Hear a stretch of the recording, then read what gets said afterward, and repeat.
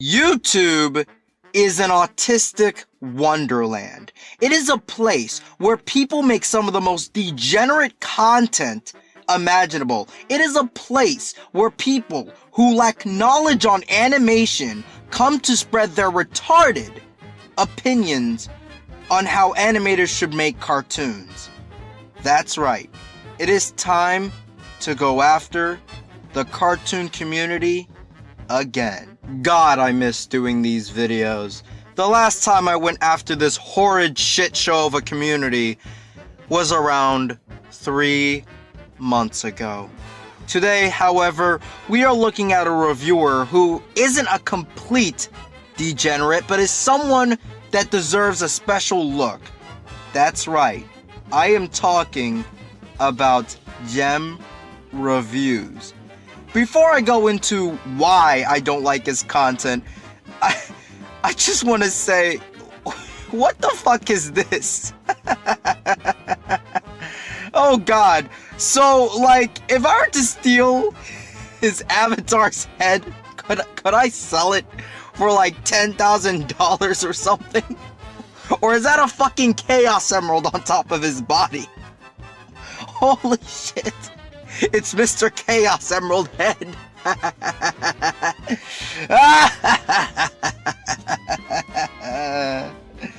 Anyways, I think I dragged this intro long enough. Let's begin with the fucking video. Now, here is my first problem with Gem's videos. I do not like his reviewing style at all. Now, his reviewing style is basically the same type of style you see with a lot of other reviewers. And let me just say that this style has become very archaic. The reviewing style I am talking about is when he decides to mainly give a plot summary of the episode he is reviewing, and he cuts away every time he wants to say something. The reason why this style of reviewing has become very archaic is because it does not allow the reviewer to go more in depth with what they are actually talking about. Instead, they just talk about what goes on in the episode with little explanation. Now, don't get me wrong, it's okay to have a little summary in these reviews. Hell, if you're making an episodic review, I would say that it's basically mandatory to have some summary. The problem is that Gem has too much summary, and this leads to his videos having little explanation. Like, 75% of his review is summary, while only 25% is actual explanation. That's pretty much a rough estimate for a lot of his videos, and it should be the opposite way around. Here is a literal example. And fate itself comes a-knocking as the first student Miss Bliss sees is Helga, being her normal, bitchy self. And after witnessing Helga's bullying of Arnold and knocking out Brainy, she talks to Principal Wards about having a therapy session with her, which Big Bob is of course unhappy by, even telling Helga not to discuss what goes on in their home life. This is a reviewing style that many other reviewers conveniently share, which leads me to my second point. Gem Reviews is very unoriginal when it comes to his thoughts and his opinions. He mainly just copies a lot of other reviewers when it comes to their opinions most of the time. The reviewer he mainly does it with is Mr. Enter. Now, let me just say that it is fine to agree with another YouTuber, okay? I'm not criticizing that. For fuck's sake, I actually agree with other YouTubers on a daily basis, okay? It's human nature to agree with other people, okay? I am not saying you have to be this edgy contrarian for the sake of being original, but when you have almost the exact same opinions as another YouTuber, and you mention the YouTuber in question in a lot of your videos, which Gem does, it gets annoying. One good example of this is his review on the SpongeBob episode, The Card. Gem literally said this in his video. Now I know I promised you guys another top 10 worst SpongeBob episodes list, and I'm currently working on it right now. But while working on it, I was reminded of this now infamous episode of SpongeBob, and I decided to do a review on it because I really have a lot to say about this episode. Now, this episode has gotten a lot of hate because of the mysterious Mr. Enter putting it on his top 10 Patrick's a Prick episodes list. And in that video, he criticizes this episode because it's the episode that confirms that Patrick isn't actually stupid and he's fully aware of the wrong he's doing. I've been hearing this argument a lot from my own fans as well since I left it off my top 10 worst SpongeBob episodes video, with some even going as far as to call this one of the worst SpongeBob episodes ever. It begs the question on why he even needed to mention Enter in that part of the video. He said it himself that his own fans kept telling him that the card was the worst episode of SpongeBob. It seems to me that he's only mentioning Enter just to show everybody that he agrees with Enter's opinion. Here's another example of this in which Jem unintentionally admits that his opinions are not very original when it comes to cartoons. This time, he does it with PhantomStrider. PhantomStrider already did a list like this. But you don't need to worry, because I'm setting a few rules that will guarantee my list is almost completely different from his. First off, I'm only allowed to put 2 episodes that were on his list onto my list. That's right, people. He has to set a challenge on himself. As in, he wants to be as original as possible. Therefore, he needs to make sure to everybody that he doesn't put PhantomStrider's picks for his list. Seriously, Jem, if you were truly an original critic, this wouldn't even be an issue. You wouldn't need to set this arbitrary challenge on yourself, and you would just give your own thoughts and your own opinions. The reason why this is a problem to me is because it gives the reviewer a lack of identity. It's basically along the lines of, why watch this reviewer when there's another reviewer who I can watch, right? And this is especially important because he shares the same reviewing style as Enter, and he also makes countdown videos like PhantomStrider. And I just feel as if he should be a lot more original when it comes to his thoughts and opinions and how he structures his videos. My main problem with Jem reviews is that he does a poor job explaining jokes, or he doesn't get the joke made in a cartoon. Seriously, I have a crap ton of examples of this happening, but I'll only give a few, alright? So, here are a few examples of this shit. I don't suppose you're from AAA, are you? Who? AAA, you know? AAA. Oh, AAA. Hey, I just came from AA. No, not AA, AAA. Yeah, that's what I said. AAA. I admit this scene is kind of stupid, but in a good way. I just enjoy the pun centered around this Canadian's A. It goes on a tad too long, make no mistake, but the payoff is kind of funny, because he also gives them his leg. Why'd we take his leg? Well, we're in their country, Brian. We have to observe their customs. Oh dear. I can't explain why that scene works, for me it just does. But, in all honesty, that's something I wouldn't expect most people to love. Now, he doesn't really go into why the A joke was funny. Now, to be fair, he does give a small explanation as to why he finds it funny, because, you know, he talks about the pun between the term A and the letter A. But he doesn't really talk about why Stewie's dialogue was funny, because his dialogue also makes up the joke. I feel as if he should have explained the joke more. As for the leg joke, he doesn't really explain anything at all. He even says that he can't really explain why the joke is funny. When you're a reviewer, you have to explain 100% as to why you like or don't like something. If your explanation was that it's funny because it's random, that's an explanation. I know what you're trying to say, Jem, but you need to know how to convey your thoughts correctly, you fucking autist. Another example of this shit is his review on the SpongeBob episode The Card, which I've already mentioned in this video.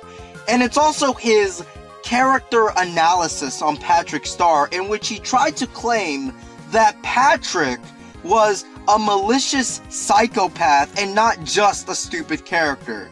He does this by using various examples of Patrick supposedly acting smart to show that he is smarter than he actually is. Now I can think of 2 pre-movie SpongeBob episodes that confirm that Patrick isn't actually stupid, or is just pretending to be stupid.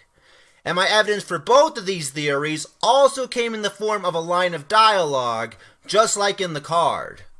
In the episode Procrastination, SpongeBob calls Patrick to distract himself from writing a paper, and Patrick says this. SpongeBob, you and I both know that you're just using me as a distraction so you don't have to write your essay. There's a line in the episode I Had an Accident where Sandy and Patrick have this exchange. Don't you have to be stupid somewhere else? Not until 4. Okay, first of all, these clips are immediately discredited simply because they are mainly jokes, right? This is an example of you just not understanding comedy, man. But let's play devil's advocate here, okay?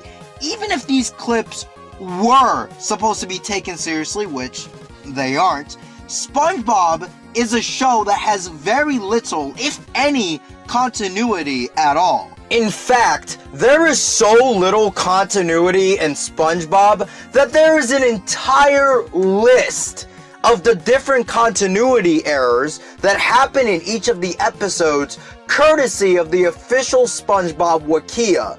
The official Wikia even states blatantly that SpongeBob and Patrick can be dumber or smarter in various episodes. This could be explainable because it depends on the activity. I'll link the Wikia in the description below. But even ignoring that, some of the examples he uses are very poor. The clip he used from Procrastination, when Patrick told him that he had an essay to complete, is a bad example, mostly because Patrick said that in a dream. In the same episode, the mailman also knew that he had a paper to write, and the episode ends with SpongeBob waking up from a terrible dream. This is obvious considering how would Patrick and the mailman even know about SpongeBob's paper if they were real?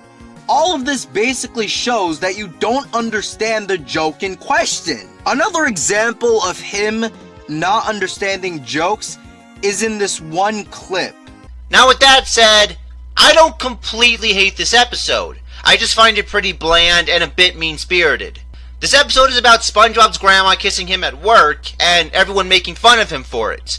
Why they're making fun of him for it, I honestly don't know. It seems very cold and unneeded to me. Dude, that's the fucking joke they were going for and the thing to set up the conflict. I shouldn't have to explain this, for fuck's sake. One last example and I'm done. Throughout the entire episode, Eddie is suffering some of the worst things you can imagine. He is rolled over by a cylinder, hit by a falling lamppost, sprayed by a skunk, and hit by a truck every time the phone rings. And throughout all of that, Double D says they're merely coincidences. I assure you, there is a rational reason for this mischance, Eddie. Maybe it's on to us, Eddie. That's why it's funny. It's supposed to be an extremely ironic joke that the character who is obsessed with logic, science, and reason looks at all of these scientifically impossible events and tries to paint a logical picture by saying that curses don't exist. Oh no! But because it's mean-spirited, it's a bad episode. Some people might tell me, well, MegaDoop, this is one of his older videos, so he may have changed his thoughts or opinions or whatever. Well, my good friend, he didn't. In his most recent Edda and Eddie video, he still talks about how this episode sucks just because it's fucking mean-spirited. Just because it's supposed to, like, oh no, how dare the cursed phone affect the character so badly. Like, that's so stupid, man. This is a complaint that only a fucking degenerate would use. I could easily say that the old Looney Tune cartoons are bad because they are also mean-spirited. Right. Wabbit season. Duck season. Wabbit season. Wabbit season. Duck season. Fire! Oh my god, guys. Bugs just tricked Daffy into being shot in the face.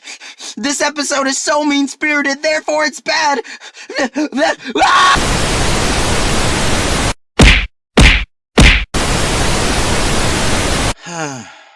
I'm alright, guys. I promise. Here's another problem I have with gem reviews. Gem Reviews is not a very good editor. Now, I try not to be a complete asshat about video editing, seeing as how not everybody is like, born to be a decent editor and stuff. I understand that. Hell, the editing I use in my videos is really minimal. But at least with me, I try not to have any editing mistakes, as I believe the minimal editing isn't a problem as long as I don't make any objective mistakes. And that's the only thing I expect from YouTubers. Having minimal editing is fine, but editing mistakes is the problem. And yes, there is a difference between the two. In the Family Guy review that I mentioned earlier, at some points in the video, the music was too loud and the audio balancing was shit. I'm not exaggerating this either. A lot of people in the comment section brought it up, as well as Gem himself. Now, I could go over some other examples of Gem's poor editing, editing in his videos essentially, but this video's become long enough already and I don't want to drag it out unnecessarily, but basically from what I've seen, Gem can really improve on the editing. Seriously, Gem, you are a fast-growing YouTube channel with nearly 30,000 subscribers. This type of shit is not excusable now, man. So, in conclusion, I honestly don't think that Gem is a terrible reviewer, to be honest, and he is and I will give Gem a lot of credit here, right? He is very accepting of criticism. Like, I even told him on Twitter, I told him blatantly that I was going to be as much of a dick, as much of an asshole as humanly possible, and he seemed pretty okay by it, and I gotta give him respect, man. He's not a cartoon reviewer who's unable to take any criticism, whether or not it be harsh or nice. He seems like a pretty decent guy, so I don't really hate this guy. I just don't like his videos, and I think they could be much better.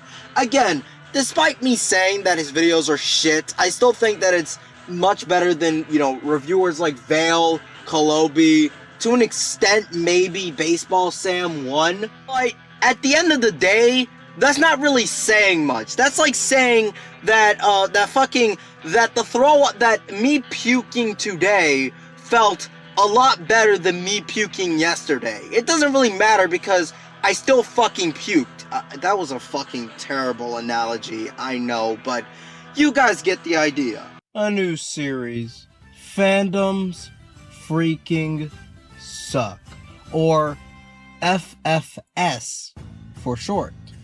A series where I look at dumbass fandoms and tell you guys why they are dumbass fandoms. For this first episode, we are going to do something special. Yes, this is going to be another video that's related to Mr. Enter. But this isn't really targeted towards Enter. Now, don't get me wrong, Enter is a terrible channel. But do you know what makes this channel even fucking worse? It's his moronic fans. Now, when it comes to Enter's fans, they are a very dim-witted group of people who are incapable of thinking and will go on to protect their hero from the evil cyberbullies who say anything negative about their sweet reviewer. They insult anybody who criticizes Enter. Ironic, isn't it? They will hate on people for hating on Mr. Enter. Just let that sink in. Let's look at this comment that I found on Enter's We Need to Talk video.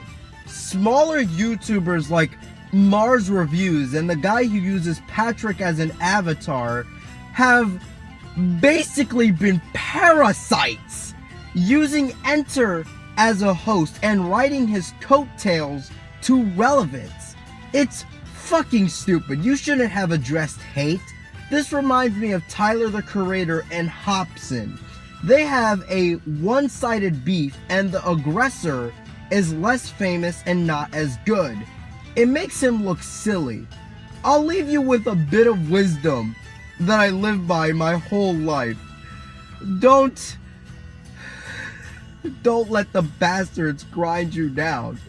When faced with adversity, you could take things with good humor and let it be like water off of a duck's back. In Bugs and Daffy cartoons, the anvil always fell on Daffy. So basically, in this dude's eyes, Mars Reviews is an asshole for making a rant video on Enter and other awful cartoon reviewers. And this guy's response to that is to call Mars a fucking parasite and portraying Enter as this poor widow victim. Keep in mind, 200 people liked this comment. There were 200 people who sat there and said, yeah, that makes sense. Like, fucking hell. Believe it or not, guys, it actually gets even fucking dumber just by looking at some of the replies. Let's look at this one, for example. It's a shame, too. I actually enjoyed Mars Review's reviewing style, but when I saw how he treated my friend PhantomStrider and the other reviewers in the community like Enter, I lost all my respect for him. He can't even look at his own problems. It's always everybody else. So, let me get this straight. You liked Mars' reviewing style, which really implies that you basically liked his videos. But as soon as he gives a harsh, negative opinion of a YouTuber you like, you immediately turn around and instantly disown him? Does that make any fucking sense?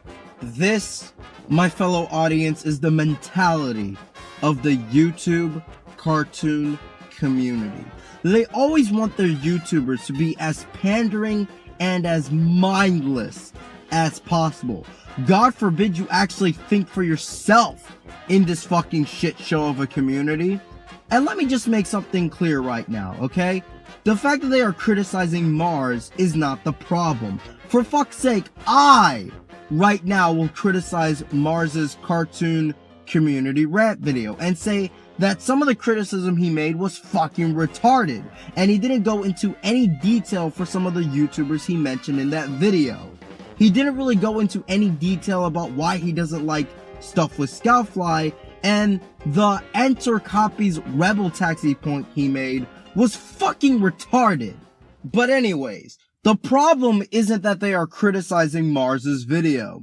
The problem is that they bitch about Mars criticizing Enter in a harsh manner, yet they don't mind doing so to Mars. And they will also immediately discredit Mars as a whole just for sharing a negative opinion on Enter.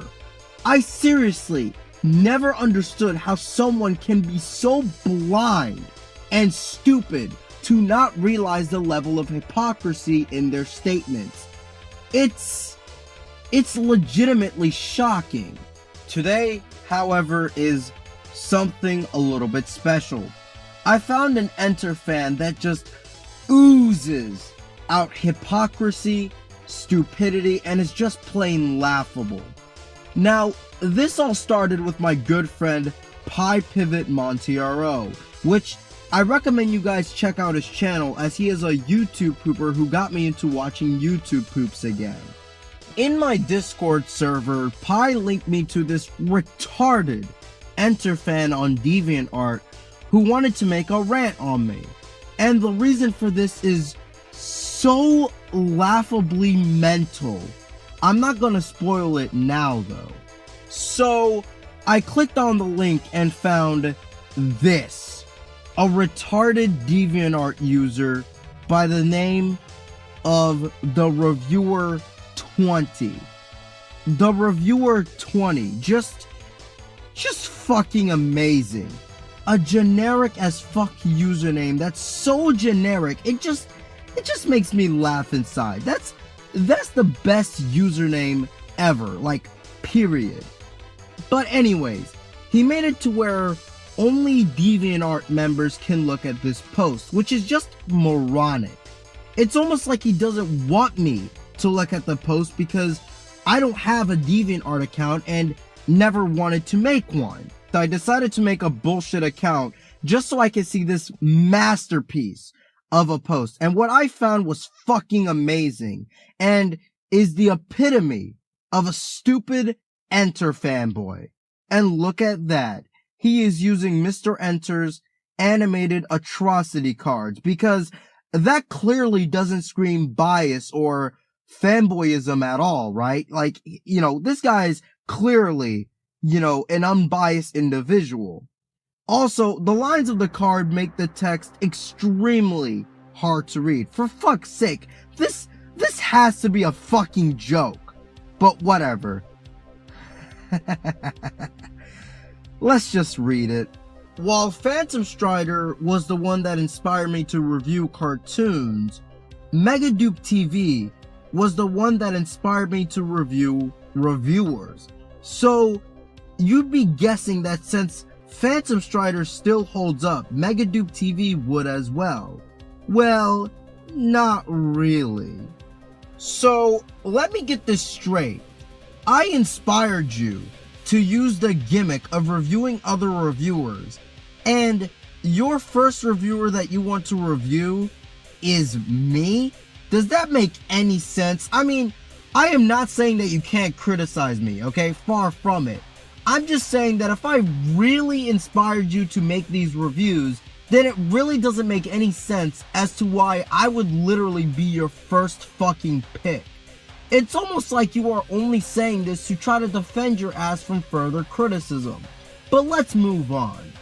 While MegaDoopTV does give some solid opinions and explain them thoroughly, most of the time he's just being nitpicky, e.g. his one of the boys response. Oh, you mean that quick little off-the-cuff response I did on Mr. Enter's review on one of the boys? Well, I don't really have that anymore considering I delete pretty much all of my streams, mostly because I don't want that unlisted shit on my channel. But from what I remember, my main issue with his review was that he talked about a lot of irrelevant shit in his video, and it took him literally about 6 to 7 minutes to get on with the actual review of the episode. Also, his main complaint towards the episode was that the cartoon was using stereotypes, which is just a shitty complaint, seeing as how that was the point of the fucking episode. If those are what you consider nitpicks, then that just shows your lack of intelligence and complete utter fanboyism. But you know what would have supported your claim? Like, you know what would have helped support your fucking claim? Using an example that people can actually find, for fuck's sake, because I myself don't even have this stream anymore. Hypocritical, e.g. his SuperMarioLogan response where he criticizes Logan for not having a schedule when MegaDoopTV himself didn't have one. Yeah.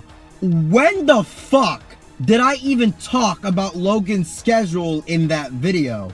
I even went back and watched the entire video and I didn't say anything about Logan's schedule. The issues I have with Logan is that he is using the same fucking characters over and over and over again with his videos, and he has little to no variety. As far as I'm concerned, I don't care how long or when Logan decides to upload a video, as long as it's good. For fuck's sake, I even say this in the video.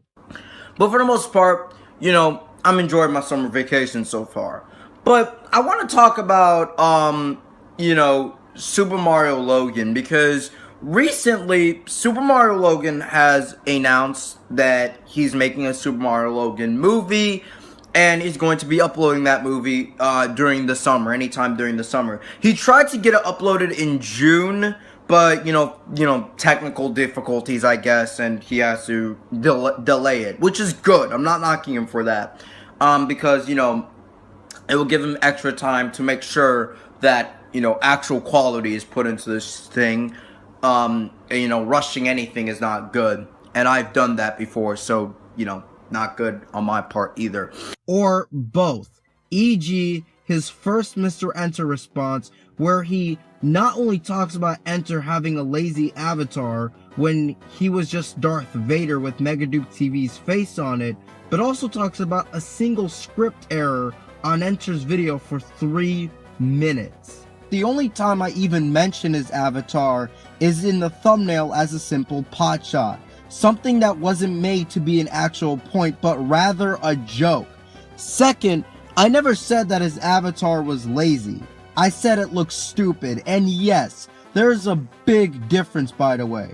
Also, it wasn't just a simple script error. He basically lied to his audience by stating that he wasn't going to bitch about Teen Titans Go for a long time, yet he does it anyway. But go on. Continue to make yourself look more like a dumbass. He's also butthurt when I explain my opinion in one of his live streams, won't tell you who I was. He goes on this rant about how people can't respect his opinions and stuff like that. Oh my god, this has to be a fucking joke. Okay, again, I don't have the live stream anymore, but I think I know what you are talking about. And believe it or not, guys, but I pretty much figured out who this spineless coward was with this statement alone, because I think I remember him because he's the same stupid motherfucker who keeps crying on my live streams on how I am too mean against Enter and PhantomStrider and other shitty cartoon reviewers. But guys, to respect this coward's wishes, I am not going to tell you who he is. You guys can figure this out on your own. But hey, that's not all. He also can't give a fair review, by which I mean he is unable to find a single shred of decency in a bad reviewer. That's kinda sad. Overall, his pros, while being heavily outweighed by his cons, save him from being bad and earn him the "You tried" sticker. Oh my god.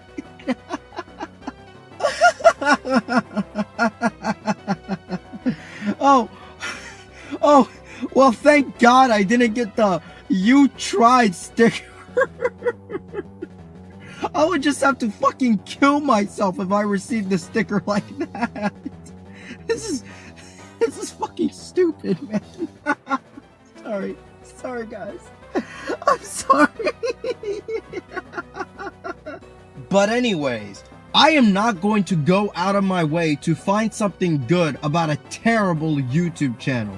If they have redeeming traits, then I do not mind addressing them. The problem is that channels like Veiliskabum94 and Mr. Enter are so fucking terrible that there really is almost nothing positive you can say about them. I am not going to pander to my audience and just say good things for the sake of saying good things. That's not how I roll. And another thing that can be implied from this one statement alone is that he doesn't like how I am too mean against these reviewers. And to that I say, I don't care if I'm mean. In fact, I embrace it. If a point you have against me is that I'm an asshole, then you might as well just say that water is wet. You know, I don't mind being an asshole, and that's exactly what I want to be. But believe it or not, guys, he says even more stupid shit in the description. I hear this guy is making a Gem Reviews response video. Depending on how bad it is, I might make an EWW on said video. So, because I stated in a live stream that I might make a review on gem reviews, you want to make an EWW or whatever the fuck that is on me?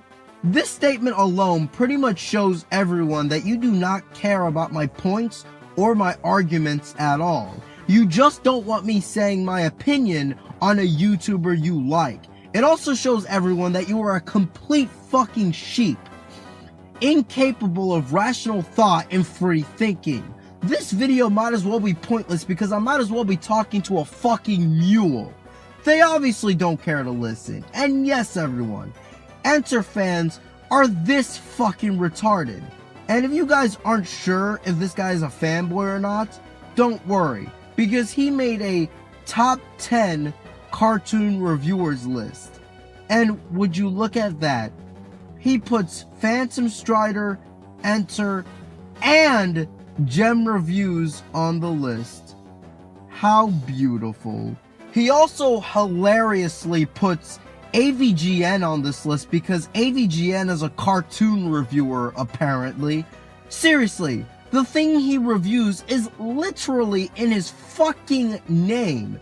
Angry Video Game Nerd.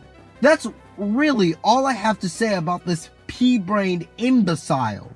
Anybody who takes this guy even somewhat seriously needs a lobotomy, like immediately. Now, a lot of Enter's fan base, they love to defend Enter's retarded actions with the excuse of autism. You know, just looking at Mars's cartoon community rant video, and you'll see a lot of comments basically saying that Mars is an asshole for picking on an autistic kid or some stupid shit like that. Guys, let me just tell you guys this right now. Autistic people are not fucking brain dead, okay? They're not fucking bitches, alright? Mr. Enter, no, I seriously cannot stand it when people use the autism defense because it's so fucking stupid. For fuck's sake, PhantomStrider has like Asperger's, I think. I don't even fucking know. I'm pretty sure he has some type of like mental disability. But he has like Asperger's essentially, right? And he does not take cartoons as remotely seriously as Mr. Enter does. So no, stop using fucking autism to defend this guy, because as far as I'm concerned, you're just making autistic people look like goddamn like brain dead assholes. Seriously, what the fuck? To wrap up this video, I might as well take a look at some retarded comments left on my Mr. Enter videos just for fun. It's one thing to not like someone, but is this really needed? You say Enter has biased hatred for Teen Titans Go, but it seems you have a biased love for it, saying kids love it, it's one of the most popular. No, many people hate it. Many. But here's the thing. I don't even like the fucking show. And yes, kids do love it, seeing as how it's Cartoon Network's most popular show right now. I can also definitely see why a lot of kids may like the show. The show has a lot of jokes that kids may find funny. Also, many people hate it. Seriously, if by many people you mean retards such as yourself who bitch about this cartoon non-stop, like, give me a fucking break. I hope you never have to vent about anything. I'll just laugh at you. I love how this guy's username is Crushing Safe Spaces, seeing as how Enter has bitched about cartoons using stereotypes. It's fucking hilarious, honestly. There really is nothing to say here. Funny, as much as you hate Enter, your channel will only be known as the channel that criticizes Enter, not for any genuinely good or original content. I'll admit that my content isn't original, but it's definitely good. Also, I have made videos on PhantomStrider, Stuff with Scoutfly, Veiliskabum 94, Baseball Sam 1. But remember guys, I will only be known as the guy who shits on Enter. If anything, I would be known as the guy who shits on the entire cartoon reviewing community. Honestly, I'm done. This video has gone long enough already. Enter's fanbase are a really special group of people. Now, to be fair, I will say this.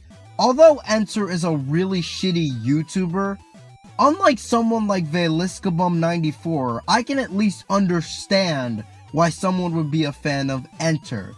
Vale's content is the type of content to where if you like it, then I have to assume that you are either a retard or a young kid, because his content is so lazily put together that only an autistic ape would find it even remotely entertaining. I honestly cannot say the same thing about Enter's content, and admittedly, I have seen some Enter fans who think rationally and don't worship Enter and put him on this almighty pedestal. But that doesn't change the fact that Enter has a fucking retarded fan base. For fuck's sake, fandoms freaking suck. It is fun to constantly shit on the cartoon community. They have continued to show me that they are a group of people who say some of the stupidest shit. But, there is a part of the cartoon community that really needs a special look. That part is the Teen Titans fan base.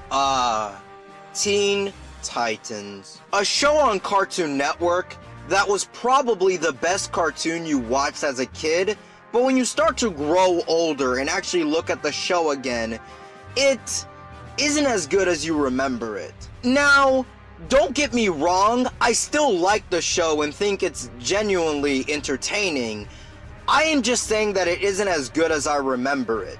Now, I could blame that on the fact that I really don't care about cartoons now, but I still watch and enjoy cartoons such as Edda and Eddie, Samurai Jack, Tom and Jerry, Looney Tunes, and Megas XLR. And I still like those shows as much as I did back then, so there must be something else going on, right? Look, all I am saying is that I like Teen Titans. It's a legitimately good show, but there are some flaws about the show that can and should be addressed. Unfortunately, a lot of these morons who are fans of the show can never admit when the show has a legitimate flaw. Here's a good example of this bullshit. Feeling a little exposed, are we?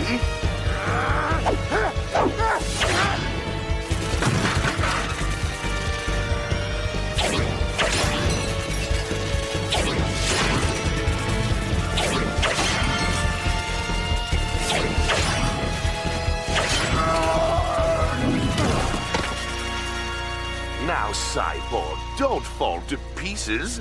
I have defeated you, but at least you won't be alone. Say hello to your classmates. Cyborg! No! You should have accepted my first offer, Cyborg. I would have made a man out of you. I still could, you know. You can take your offer and blow it out your insolent child! Where is it, Cyborg? I've combed through your blueprints, peeled back your armor, stripped off your machinery, but still you defy me. Where in this vile contraption is the part that allows you to resist? It's not in the circuitry, is it? It's not the machine that resists you. It's me, my spirit.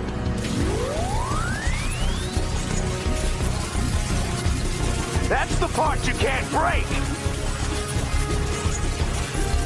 I don't need you to make me a man. I already am one.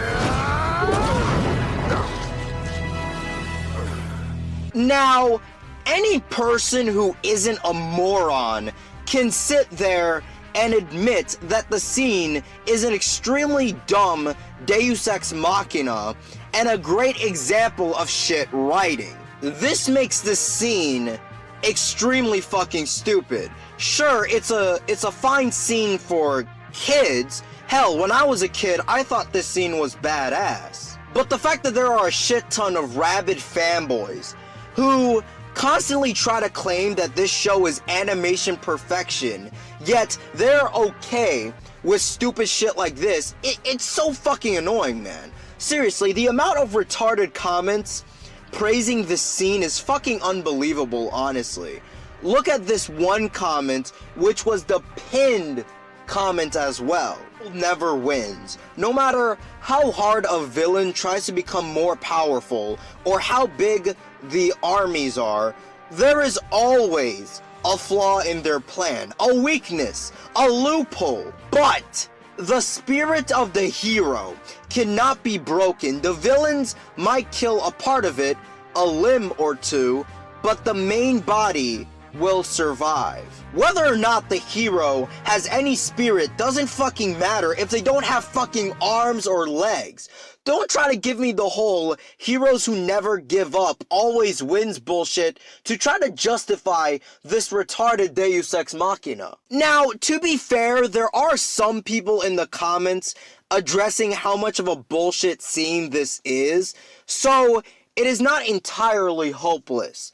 But it really fucking annoys me that almost everyone who watched this clip are just stroking the fuck out of it without noticing this obvious flaw. But this chain of comments is so fucking brilliant. Just look at this shit. How does this make sense? He physically rebuilt himself out of other machines? I don't know. Who cares? It's badass. Yeah, guys, because it's badass, it's free from any piece of criticism, no matter how legitimate it may be. Great fucking logic there, moron.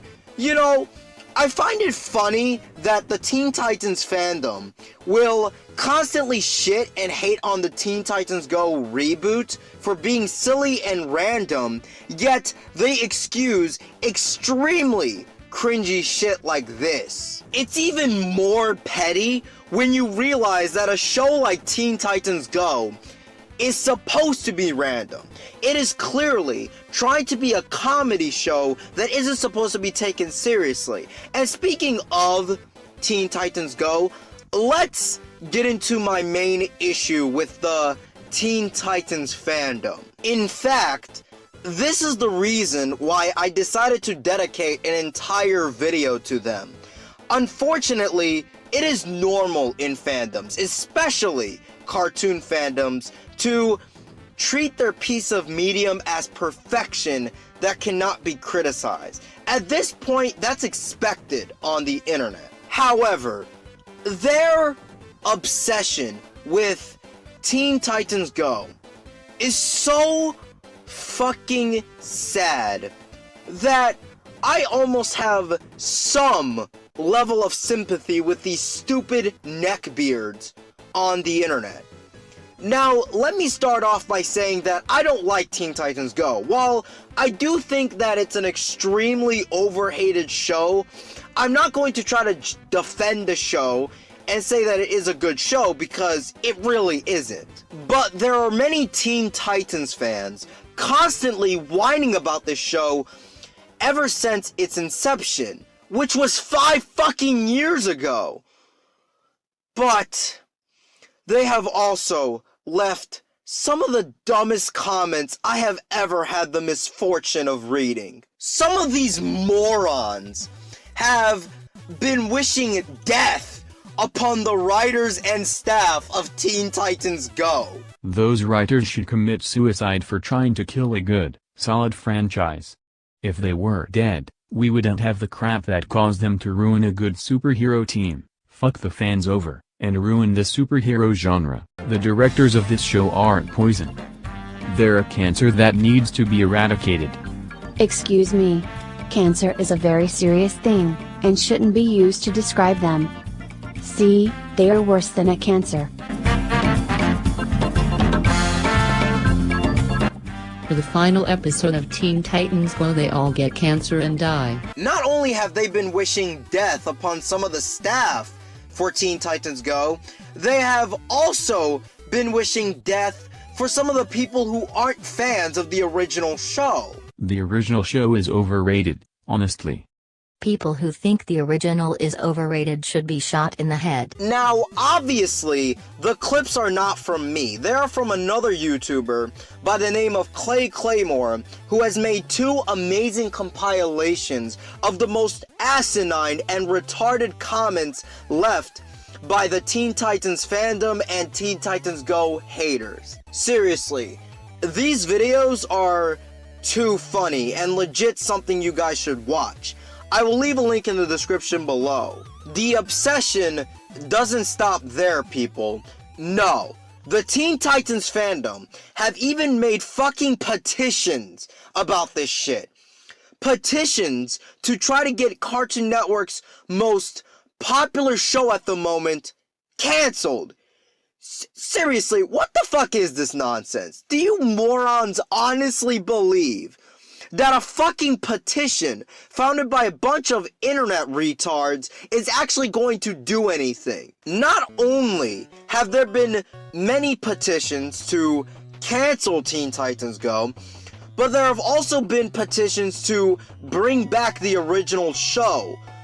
Wasn't Teen Titans Go, the show that you morons hate so much, created because you were the same people who wanted them to bring back the original show?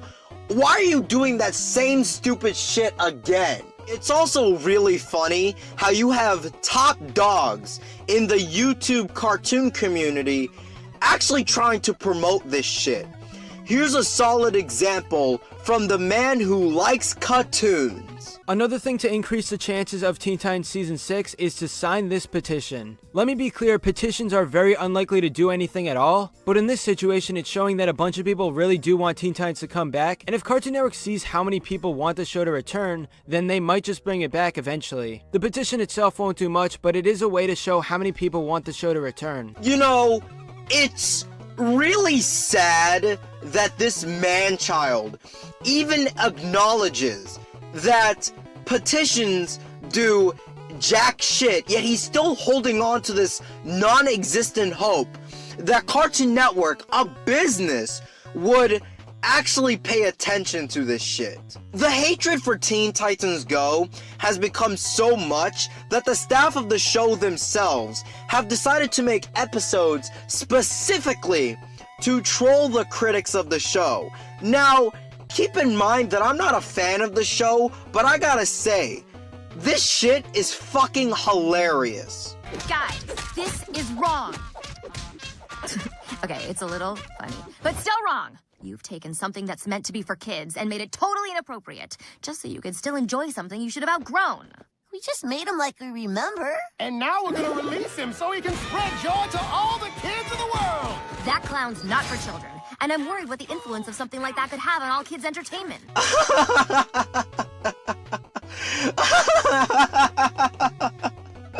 See, the reason why I am laughing so much is that it is fucking obvious that the writers of the show are clearly trying to troll the Teen Titans fandom. And not gonna lie, it's pretty fucking top tier trolling, man. It's fucking hilarious to me. The greatest part out of all of this shit is that people actually fell for this shit. Hook, line, and sinker, where you have morons like Mr. Enter taking the bait, as well as PhantomStrider. What could manage to top the endless vapid stupidity, memes, camera mugging, and absolutely nothing happening? By purposely reeling in fans of the old show, slapping them in the face, and telling them they're stupid for thinking a kid's show should have intelligence in it, and then telling them they need to grow up. Well, it's time to grow up. We finally get the most pants-on-head idiotic message from the writers ever. If you make cartoons that appeal to both kids and adults, then apparently you are destroying cartoons. This message is just so wrong. Don't give your kids challenging content, just give them clowny, age-appropriate stuff. And the rest of the episode is basically watching this long insult to every single viewer who thinks the show should be smarter. You can just hear the salt coming from his tone of voice. Dumbass, they're trolling you. They are doing this specifically to get a reaction out of you, and you know what? It's fucking working. You are falling for this shit like the whiny spurg you are. Now, the last thing that needs to be discussed is something I discovered recently, and it's legit, absolutely moronic. You guys know how much the Steven Universe fandom gets constantly shit on by people even outside of the cartoon community. Well, one of the main reasons why the Steven Universe fandom is constantly shat on is due to the fact that the fans of the show literally tried to get a fan artist to commit suicide because of the fan art that she was drawing. In other words, a fandom was trying to get one of their own fans to commit suicide because she drew fan art that the fan base didn't like. It's so fucking ridiculous, man. Like holy shit. Every moron on the internet has made a video talking about the situation. The best video I have seen talking about it, though, was a video made by Pie Guy Rules, which I will link in the description below if you guys want to know more about the situation. But anyways, that's why the Steven Universe fandom gets so much fucking shit, as well as them being stupid SJWs, but you get the idea. In all honesty, though, at least the Steven Universe fandom gets a lot of fucking shit for this situation, right? Like, to this day, a lot of morons on the internet make fun of the Steven Universe fandom, rightfully so. But the Teen Titans fandom not only wishes death on people constantly, people who all they have is just different opinions. It isn't even like wishing death on a shitty person, it's literally wishing death onto people who have different opinions. But not only do they wish death onto people, right, they have also done something similar to this. And I'm not fucking bullshitting when I say this. Don't believe me? Well, you can ask Zach Bellissimo. Mr. Bellissimo is a storyboard artist for Teen Titans Go. In other words, he actually has a life and a job, unlike these basement-dwelling retards. But anyways though, Mr. Bellissimo has had a small group of Teen Titans fans actually go and try to harass him over the internet to get him to commit suicide, all because he works for Teen Titans Go. He's not even a fucking writer, he's a storyboard artist. It has gotten so bad that he had to make a fucking post on Tumblr addressing this moronic shit. And honestly, I would just give my opinion on this shit, but I think Mr. Bellissimo sums it up best. It's a really long post that I will link in the description below, but I think the Teen Titans fandom really needs to hear this shit. It seems like my Titans bomb picture is making the rounds again for some reason. I didn't want to address it because why feed the fire? But there's this one particular comment I found very disturbing. Someone actually replied on my post with this. When someone's making a mockery of your favorite childhood series, sometimes you just have to take drastic action. Like bullying the people who work on the show into suicide. This is the last time I'm going to talk about this whole thing. I know I shouldn't really act surprised. It is the internet after all. So I might just seem like another person making a useless rant. But one thing I want to make clear is that the shows you watch on TV, whether it's something you like or dislike, are made by real people. People who have names, faces, and feelings. People who do not sit around a table wringing their hands scheming on how to ruin the childhoods of the masses, but who are just doing their job, and sometimes even enjoying it. We are not a faceless machine that vomits out programs. Please be considerate, especially if some of those people are active online.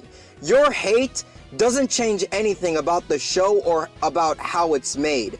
I'll say it again. If you don't like the show, then don't watch it and don't talk about it.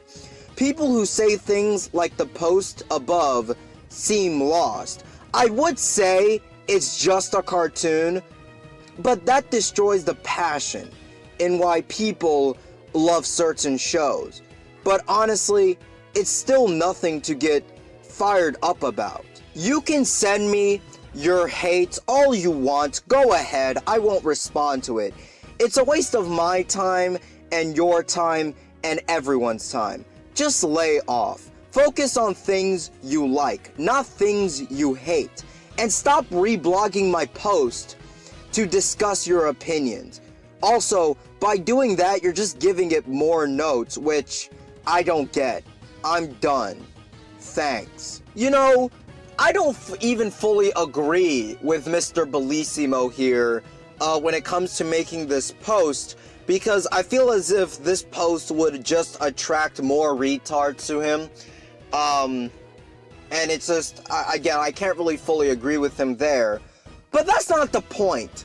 The point is, there are retards on the internet that is so obsessed, like they're so obsessed with Teen Titans Go, that they're trying to get one of the storyboard artists, not a fucking writer, not the guy who actually writes the episodes, but one of the fucking storyboard artists to commit suicide. That is their obsession.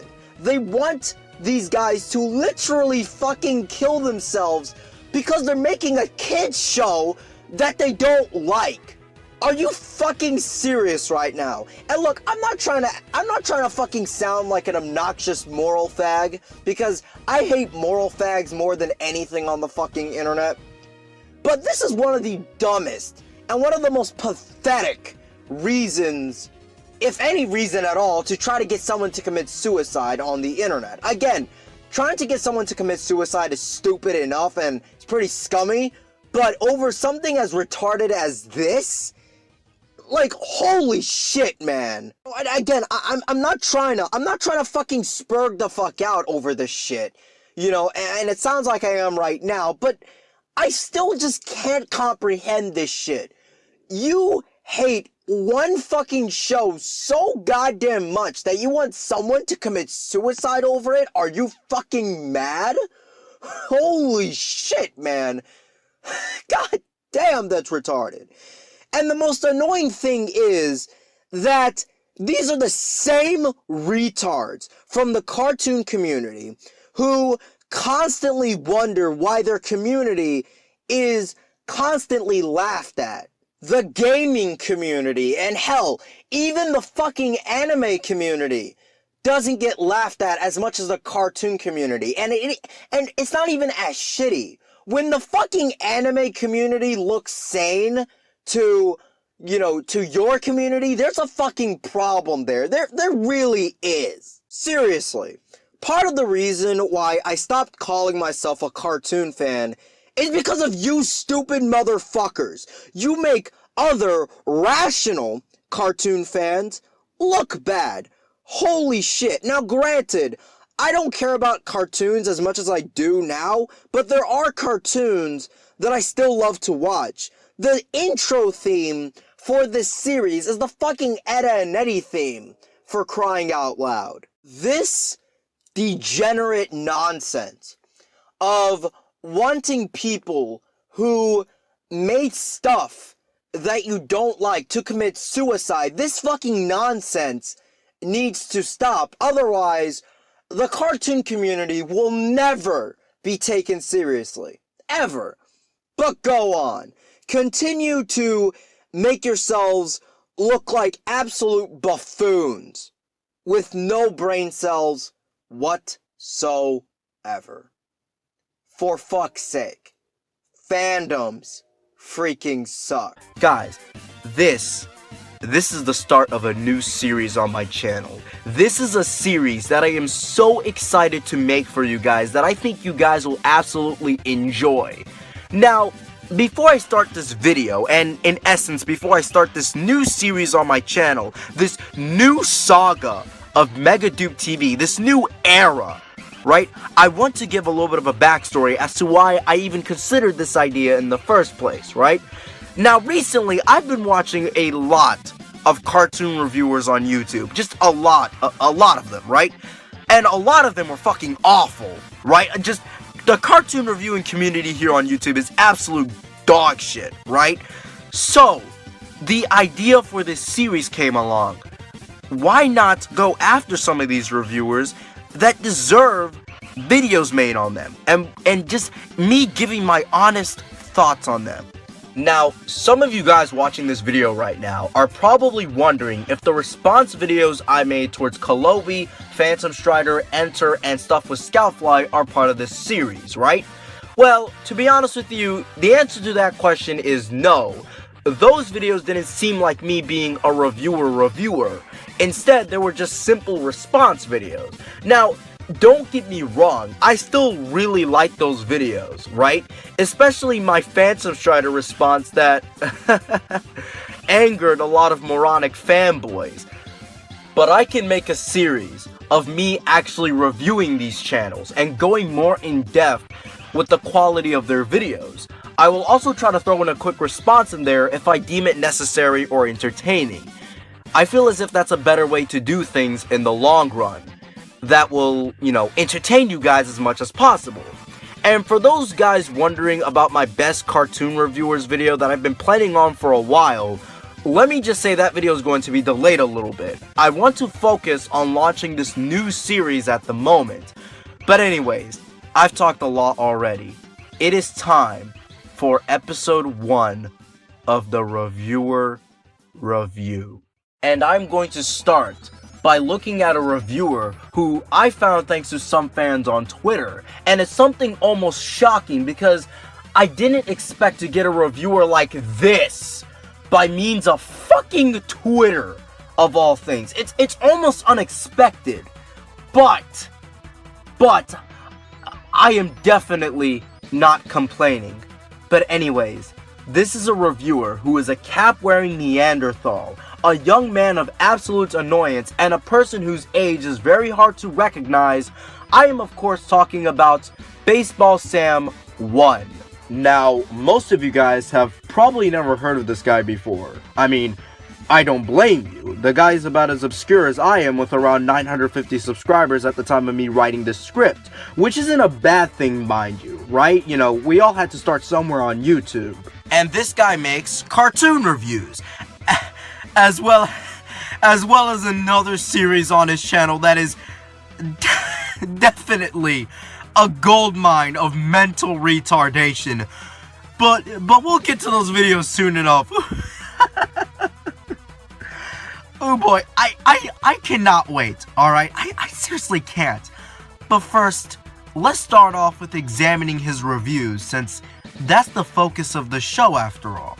To analyze his reviews, we first need to know this very important thing about his reviews.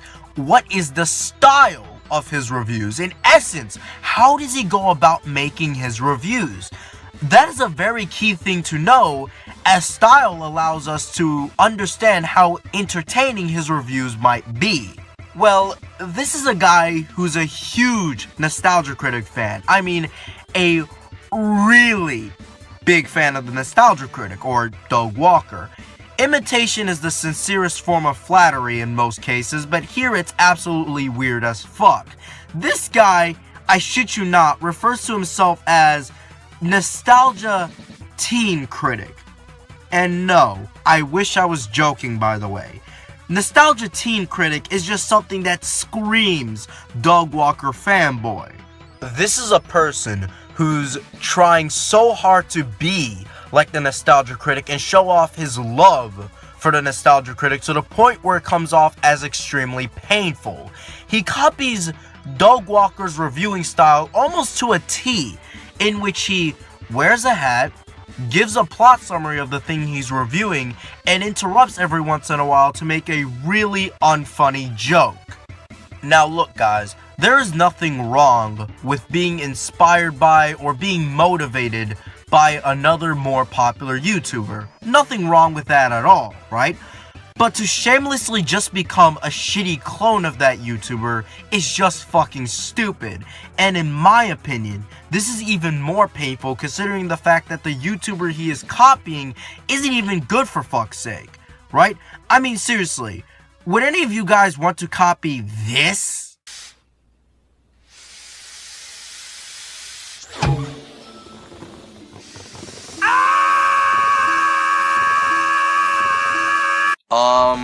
Yeah, I didn't think so.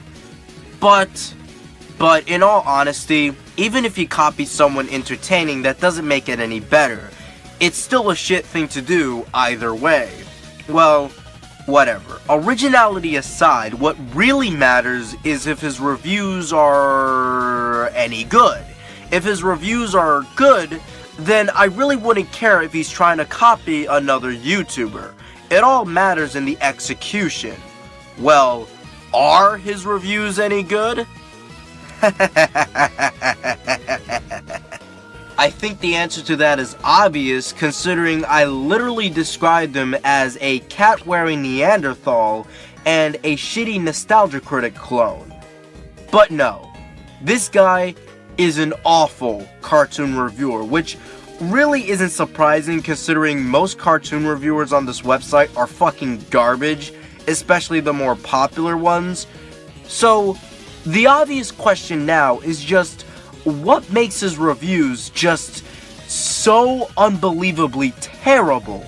Well, let's start with the fact that he doesn't even use actual footage to show the media he is talking about, and rather he uses a camera or phone or whatever he uses to record the footage in a very ghetto manner.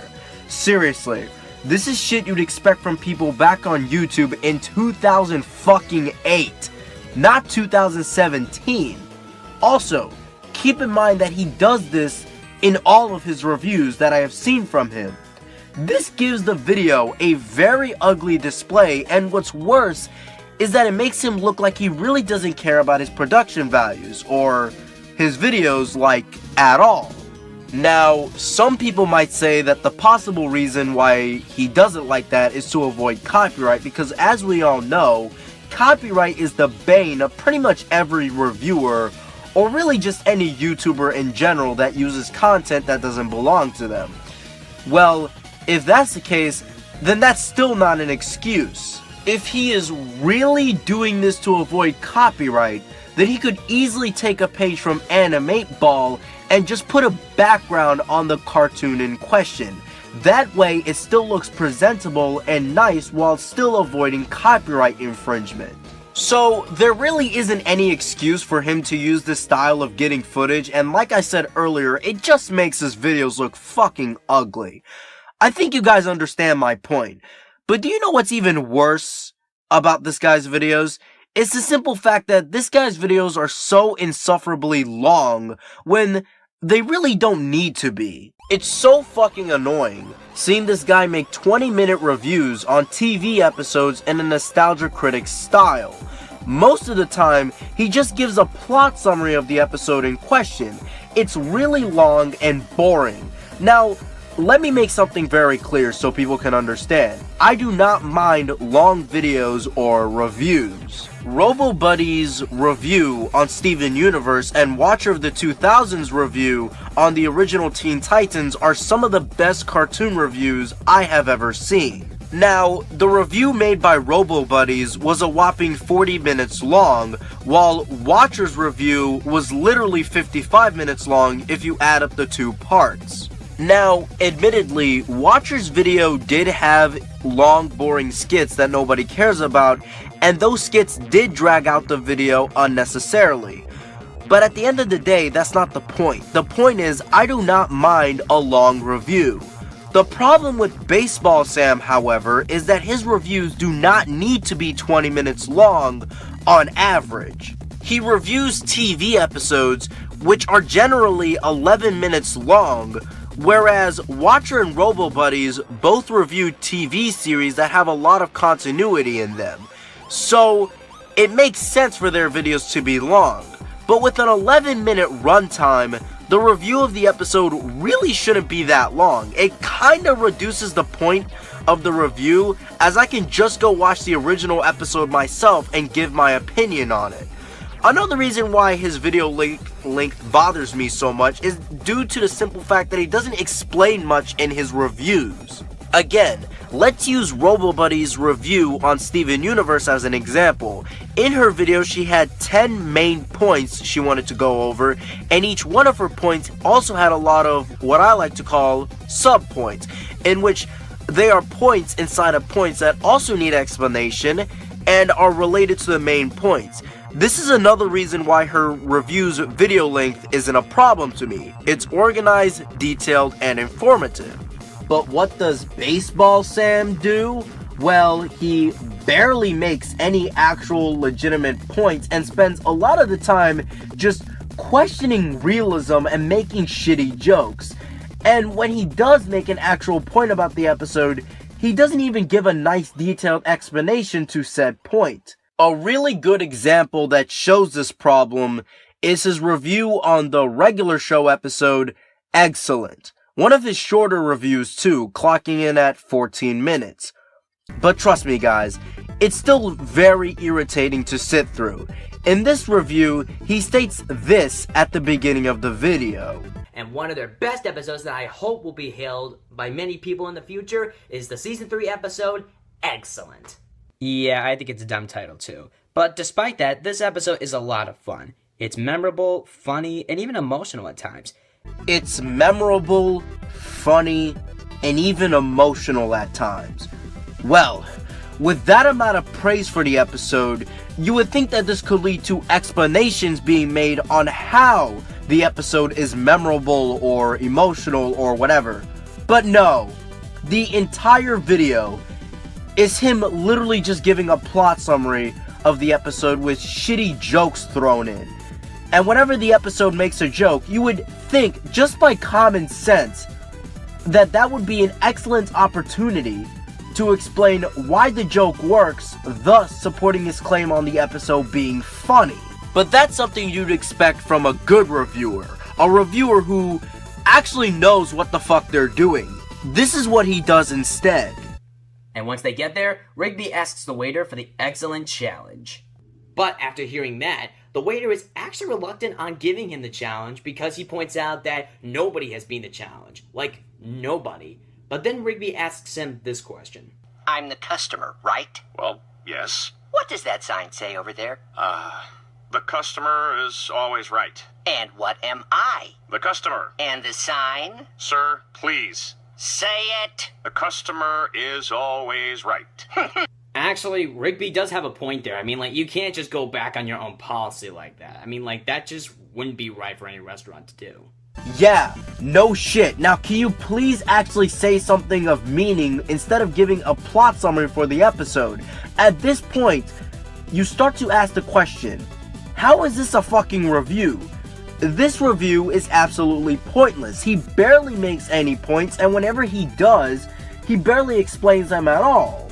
And yet, even though he doesn't explain anything, his review still ends up being 14 minutes long.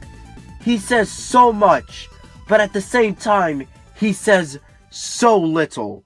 There are also many times in his reviews where he flat out just doesn't understand the joke in a cartoon, in which the joke in question is completely misinterpreted by him in the most annoying way possible. This makes him look like a complete jackass of a reviewer who has no idea what he's talking about. For example, in his review on the Gumball episode, the painting, he says this.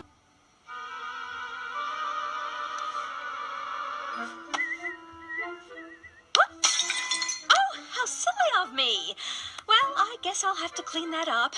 Oh no, there goes another one. Oh, what am I like? Okay, parents watching my video, come here for a second. I need to ask you guys a question. If you guys were given one day, just one day, to do nothing but relax, like you could sit on a couch for hours and hours and do nothing. If you were given that opportunity, would you take it? Or would you do what Nicole just did? Go ahead, answer that question. Oh, no, wait, no, don't answer it. I can actually answer it for you. You would obviously go with doing nothing but relaxing, because what parent out there would do what Nicole just did? Well, that's the joke they are obviously going for. It's clear that anybody, if given the chance to relax, would take it, but since Nicole cleans a lot, she got bored easily. It's supposed to be ironic. Now, I am not trying to argue that the joke is funny, because it really isn't. But questioning the realism of the joke and not understanding it at all is fucking retarded. This is an issue I see with many cartoon reviewers, by the way.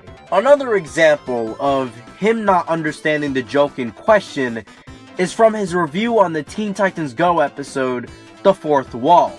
Take a look at this clip. We then cut to a movie studio where Robin is trying to get the rest of his Titans to act a lot better. And he tries to do this by giving them a certain sentence and tells them to express it in a different way, like expressing the sentence in sadness or happiness and so forth. But Robin doesn't like their performances at all. So Robin tries to show the rest of the Titans how to do a award-winning performance. Mary took her ducks to the pond where they ate breadcrumbs. Okay, that's not award-winning acting. That's more like Jim Carrey over-the-top acting. Wow, you know, it's almost like that's the point of the fucking joke. This should be incredibly obvious considering the fact that Teen Titans Go is a comedy show, and the main purpose of that episode was to make fun of the criticism directed towards Teen Titans Go.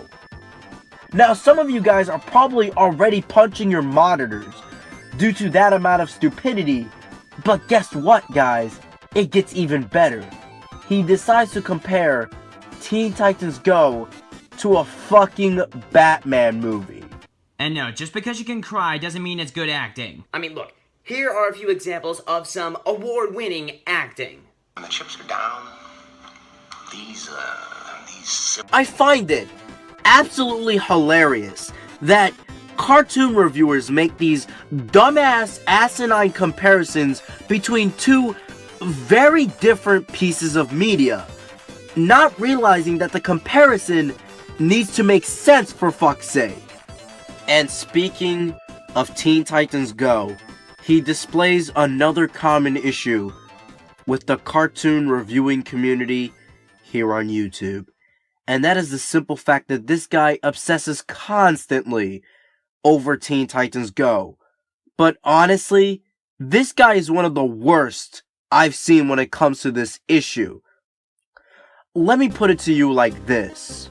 Mr. Enter has made many videos on Teen Titans Go with various months spread out between each video. PhantomStrider has made various lists just to find an excuse to shit on Teen Titans Go in some way, shape, or form. Now, while the way Enter and Strider does it is annoying, they do not compare to this guy. Baseball Sam has made, I shit you not, 11 fucking reviews on Teen Titans Go. Just why? What is the point? Seriously, what is the fucking point?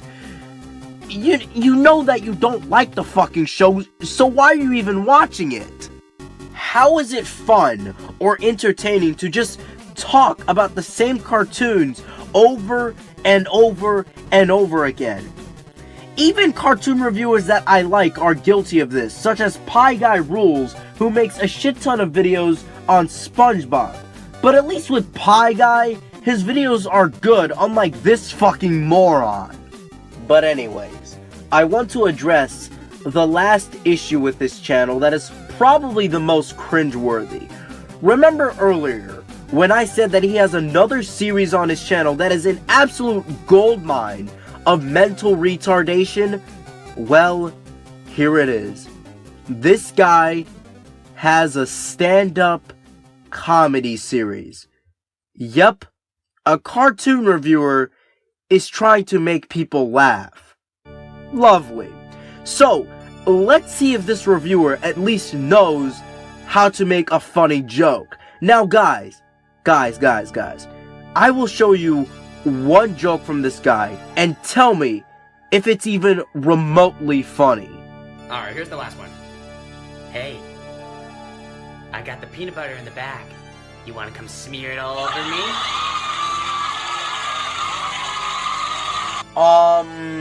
How is that funny? No, seriously, how is that even funny?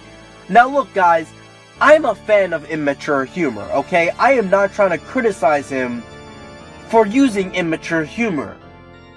But there is no joke to it. It wasn't clever. Also, the delivery on that joke was pretty fucking obnoxious. So yeah, not a funny joke, and that is basically his jokes in a nutshell. Well, basically, if you want to see a young nostalgia critic copycat reviewer talk way too long about cartoons, not explaining any of his points in any detail while being extremely unfunny, go right ahead. This is the reviewer for you. Oh, and he doesn't use actual footage for his videos, so his production values also suck ass. Anyways, I really don't have much else to say about this guy because, unlike him, I don't need to drag out my video longer than needed. Sometimes, less is more. Less is more. Less is more. Today, we're going to be taking a look at one of the most popular reviewers from the cartoon community here on YouTube. Now, remember when I made my response video to Stuff with Scoutfly? Remember that fucking moron who thought that Cartoon Network needed to cancel Teen Titans Go because it was popular with kids? Okay, so now jumping over to number 3, we have the fact that this is Cartoon Network's most popular show. And I know people are going to say, Justin, why should they cancel their most popular show? After that video, some people told me that Veiliskabum94 is another YouTuber who makes the same type of awful videos. And to be honest with you, in my opinion, after watching some of this dude's videos, I will say that Veiliskabum is basically a worse version of Stuff with Scoutfly. So, you have Stuff with Scoutfly, who already is a pretty cancerous garbage YouTuber, right? Yeah, take that guy and basically multiply his awfulness by about 10. You do that and you get Veiliskabum94. Now, what does Veil do exactly? Well, he is a cartoon news/reviewing channel. Now that sounds like an interesting type of channel. A cartoon news and reviewing channel? Hell fucking yeah, it's 2 for the price of 1. Too bad his channel is absolute dog shit. Now, why do I think that Veiliskabum is an awful channel? Well, let's find out. The first problem I have with this guy was shown in the intro clip. The way the guy speaks is very annoying. He talks like a fucking robot in his videos. Like, holy shit, does this dude know how to emote? For fuck's sake, just listen to this. I don't exactly know why I watched Crypto the Superdog so much. It was one of those cartoons that I watched in a phase. I really loved it for a very short amount of time, but I do remember getting hyped for episodes every day. Maybe it was the fact that a dog was the main character, and I really like dogs, but I could really care less for the superhero stuff, so I am questioning my younger self. Guys, it's almost like he's aware that the only people who watch his shit are moronic 10-year-olds, possibly even younger, and he has to talk to his audience as robotic as possible so he can appeal to their simple minds. I mean, why else would this guy upload a video every day? I mean, he is spoon-feeding these videos for fuck's sake. So the guy's commentary pisses me off, okay? It's fucking garbage, alright? But of course, at the end of the day, that's not the only issue with this guy's channel. What really matters is the actual content, what he's actually saying, right? And yes, Veiliskobum fails at that on so many levels, right? Before we go into his reviews, however, let's start talking about his news videos, alright? The reason for this is simply due to the fact that his news videos actually make up most of his channel. Now, his news videos are awful. Like, really bad. So, why is his news videos so bad? Well, it's mainly due to one reason. They are pointless as fuck. The news he talks about, and I use that term very loosely, is shit that doesn't need to be made into a fucking video. I don't understand how any motherfucker can sit there and think of Veiliskobum as a news source. Just for fun, let's go over a couple recent examples of his news. See guys, I want you guys to read the title of this video. The Loud House had a poorly timed rerun. Wow, holy shit everybody, this is amazing. To the news chopper, can you believe it? This is some newsworthy material right here, motherfuckers. The Loud House had a poorly timed rerun. Oh my god, the suspense is incredible. That's some amazing journalism right there, motherfuckers. Also, notice how the video is only around 1 minute and 30 seconds long, which really shows that the video is fucking pointless as shit. Seriously, is there really any reason for this video's existence? If you want to know what he even says in the video, it's just him stating that the Loud House episode Homespun aired at a bad time due to Hurricane Irma. Seriously, this could easily be said on Twitter or something. This doesn't need to be made into a fucking video, like, holy shit. I mean, seriously, how the fuck is this news? Having a cartoon news channel is not a bad idea. Like I said earlier, it could be a good idea, right? Your videos could be talking about new shows coming out, ratings, or something along those lines. And to be fair, the guy does have videos in which he does that. But that doesn't change the fact that this guy still makes a lot of these shitty, pointless videos that, again, have no reason to exist. Here's another example that isn't really a cartoon news video, but is still something that annoys me nonetheless. Your SpongeBob lore is wrong. Wow, SpongeBob lore? That's fucking great. I should just fucking subscribe to Veiliskobum right now. I mean, I didn't know that fucking SpongeBob had a deep lore in it. I mean, it's not like the show lacks continuity and is only there to make kids laugh for 10 minutes, but whatever. SpongeBob has lore. It's only 1 minute and 40 seconds long too, so why not? So, what is he talking about exactly?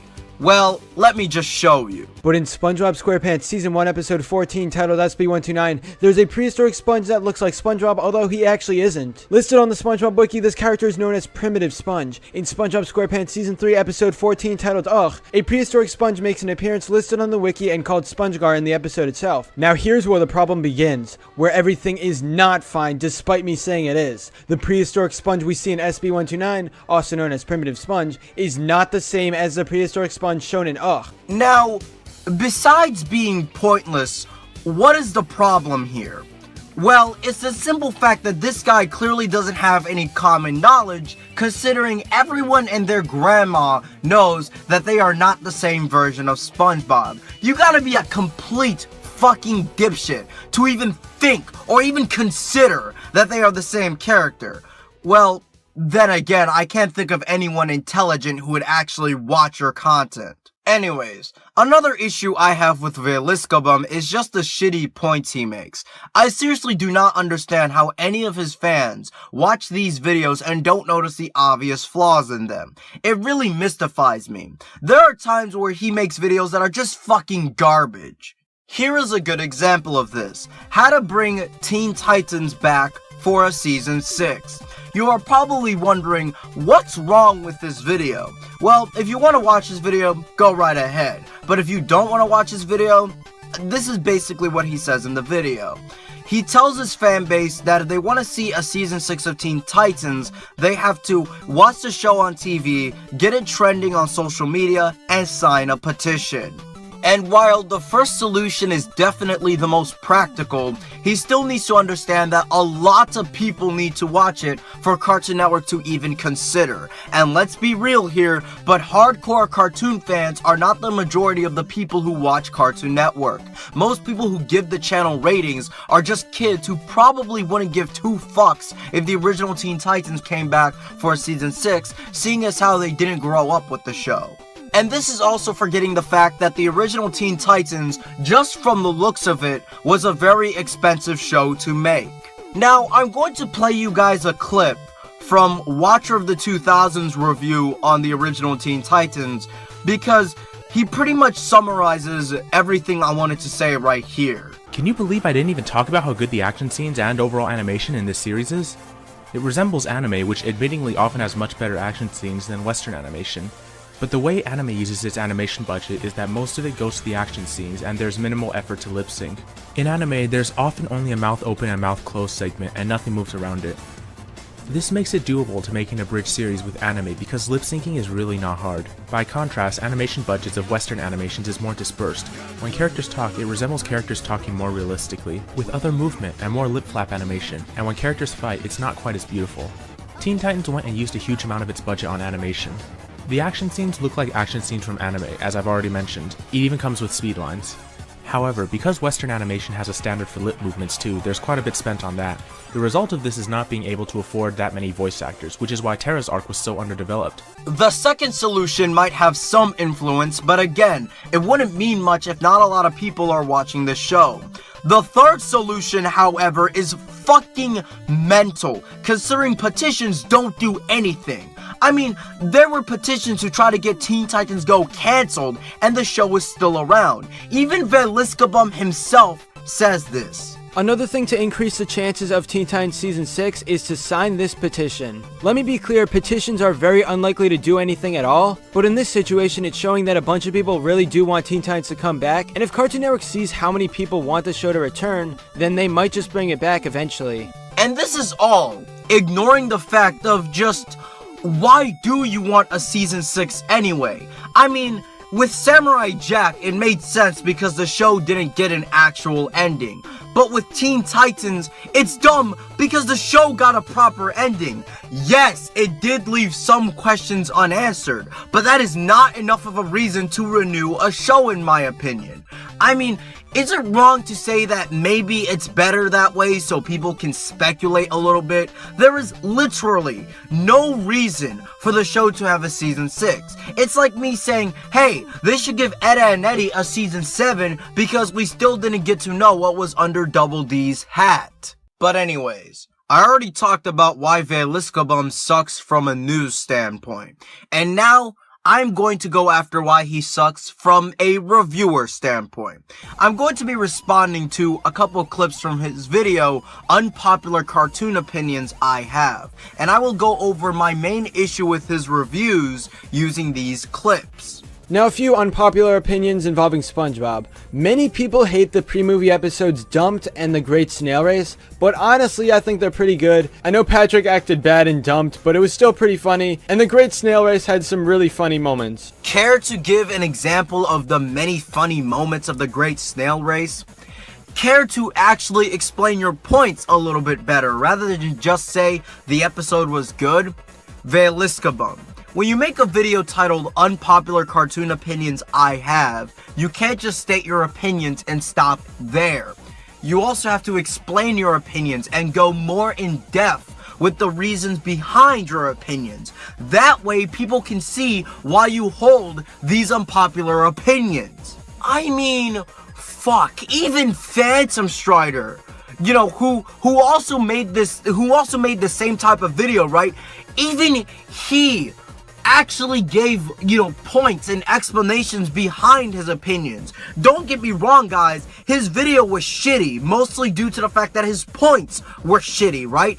But at the very least, he gave an explanation, he gave points, he gave reasons, right? You know, unlike Veiliskabum, who just states his opinion and barely explains it. So that's something I have to give credit to PhantomStrider for. You know, it's fucking painful, man. Okay, here's an unpopular opinion that will trigger a bunch of people. Regular Show, in my honest opinion, is better than Steven Universe. Isn't it over? You won, and she chose you, and she loved you, and she's gone. I've talked about Star vs. the Force. Wait a minute. That's it? I didn't edit the video that way either. That's literally how he gets to his next opinion. This is even more stupid, honestly, because now you aren't even giving an actual reason as to why you like Regular Show more than Steven Universe. You didn't give an in-depth explanation before, and now you aren't giving an actual reason, which is even more stupid. You literally just say that the show is better, and that's it.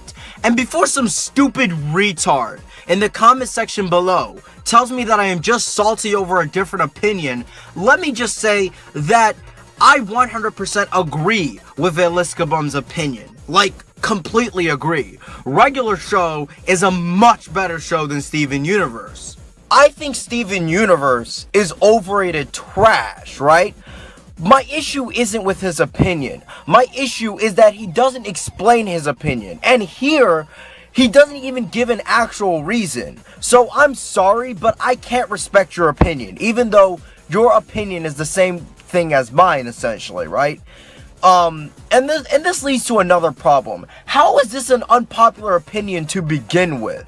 Regular Show and Steven Universe are shows that are both loved by a lot of people. Is it really considered an unpopular opinion to say that one show is better than the other? Like, really? Are you trying to piss off as little people as possible? Like, seriously, what the fuck?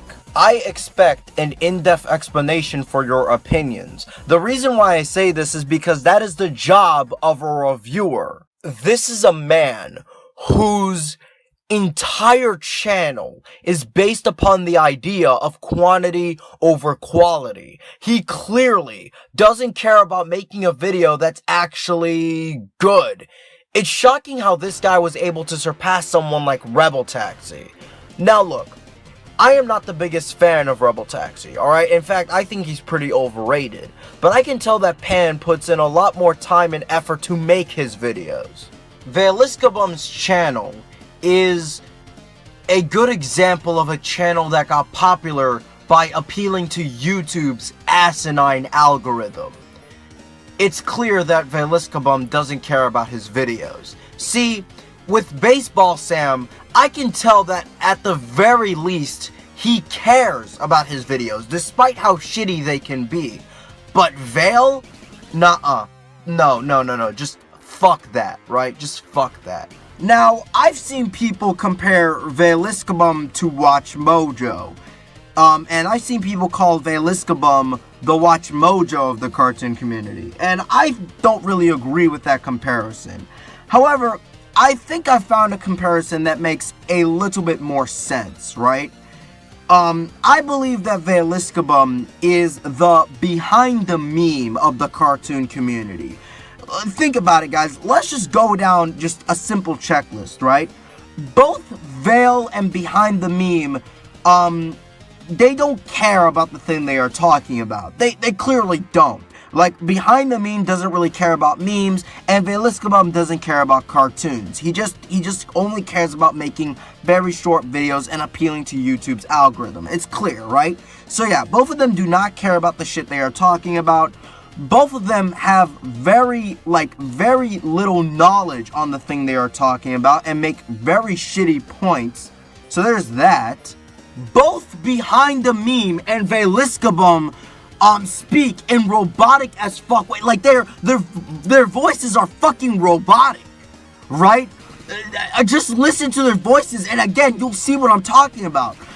And both Behind the Meme and Veiliskabum, clearly they don't put that much effort into making their videos, and they make very short videos that don't require that much fucking editing or time to make.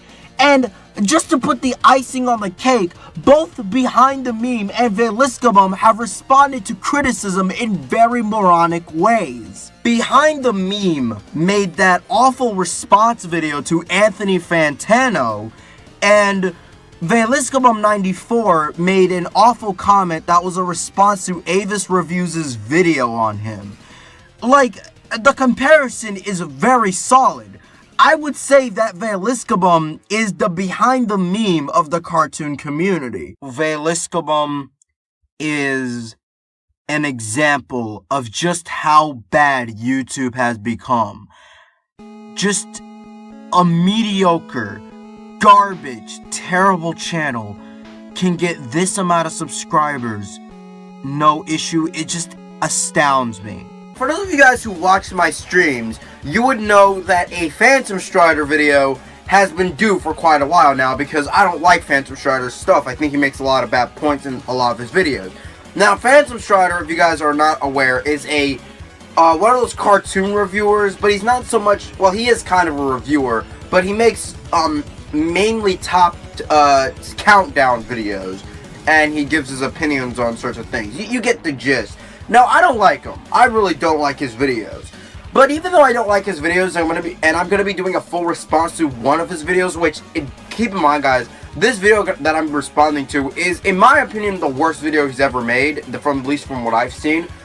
I feel as if a disclaimer is necessary. Look, before I get any comment telling me this, no, I do not think that PhantomStrider is even as bad, or even, like, just close to the level of awfulness of somebody like Enter, okay?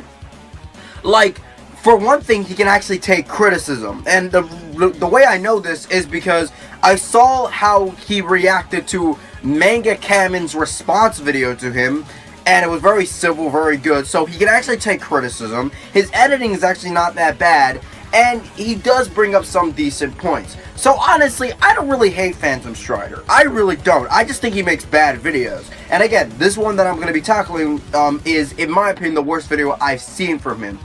So, let's without further ado, let's fucking dive in, alright? But Happy Tree Friends boomed in popularity and became a big TV series, with tons of merchandise. I'm glad to see independent ideas like this get more attention, but Happy Tree Friends never appealed to me. At all. The only joke there ever seemed to be was continually seeing these animals mutilated.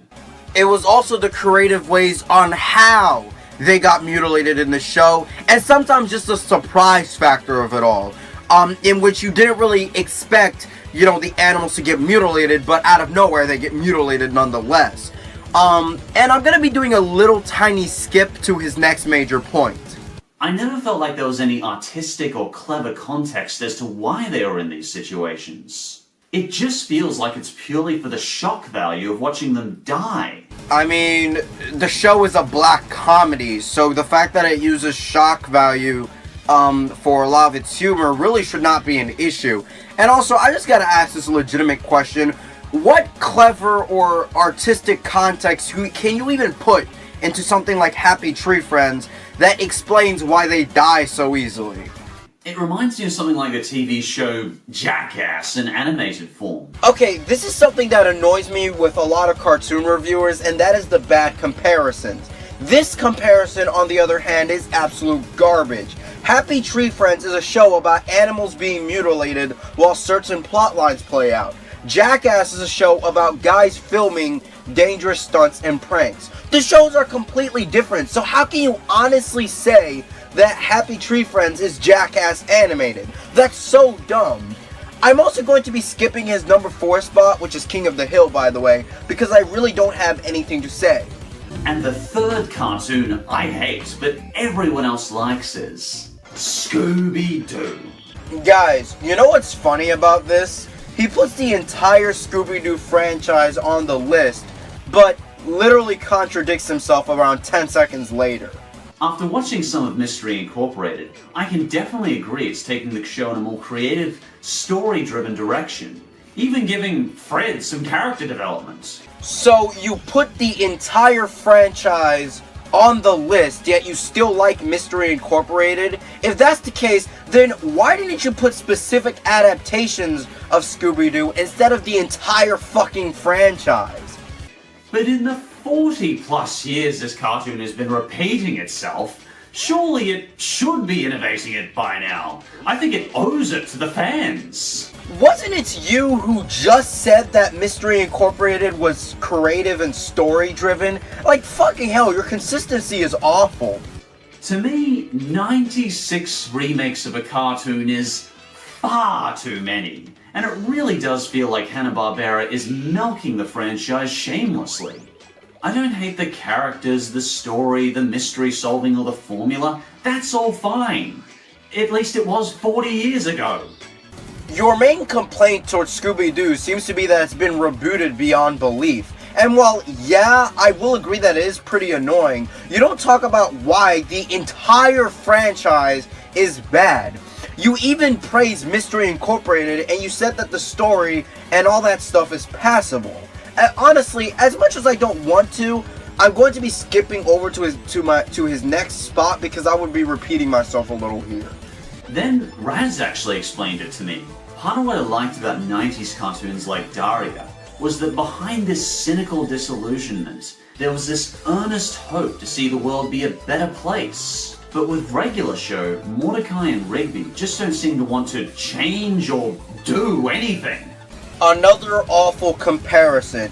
Daria was a show about a misanthropic teenage girl dealing with high school and other issues. Regular Show is a show about two slackers working at a park and getting into weird situations all the time.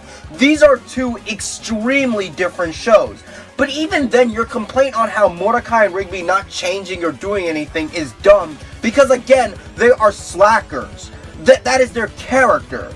That they are lazy and don't feel like doing anything. I can't believe I really have to explain this.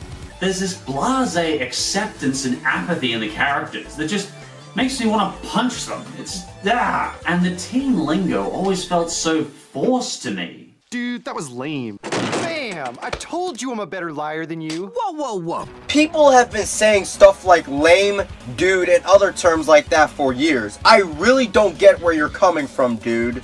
But maybe that's the generation gap, because most teenagers I know like this show. It's one thing to take some time out and chill. We all need that. But this desire in the characters to do absolutely nothing and accept whatever happens in this world just annoys me to no end. What do you mean that they just accept what happens in their world?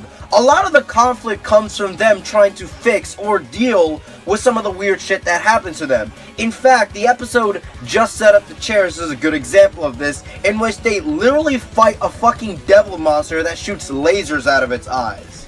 And the #1 cartoon I hate that everyone else likes is Ed, Ed, and Eddie. I hate Ed, and Eddie. I grew up with this cartoon, watching Cartoon Network. I've always hated it. I have heard an astonishing amount of people claim that this is the #1 best Cartoon Network show. Really? We've got Steven Universe.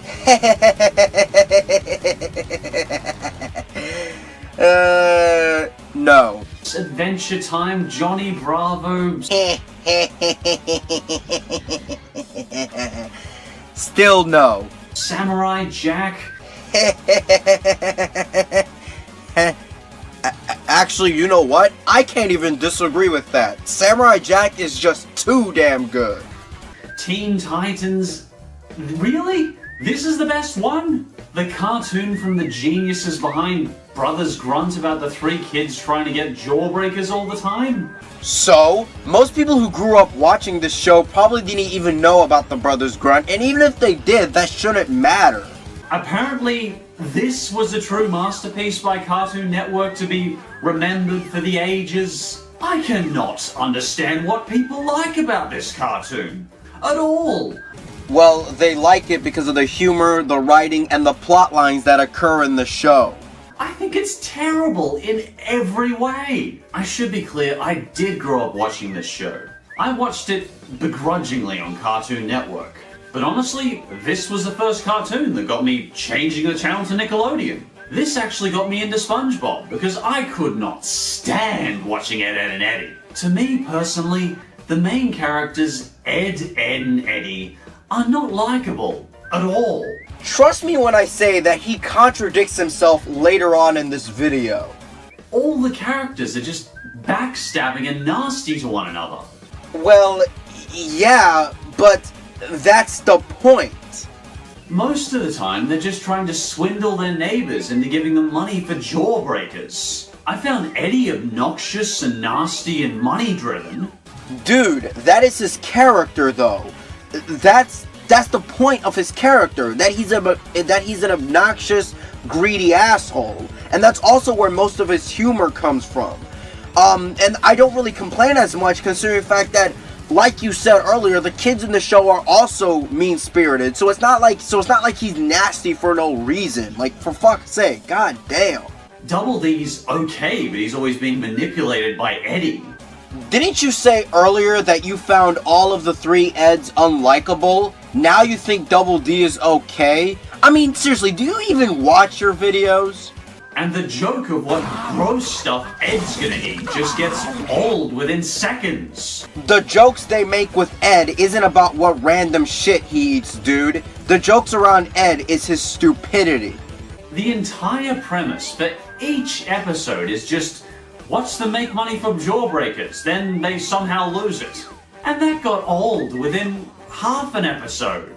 Not really, and it's at this point where I realize that you barely watch this show. There have been very few episodes in which they gain any money at all, and there have been many episodes where the main plot has barely anything to do with gaining money. Here is just a small list of some of these episodes. You can look up the plots yourself.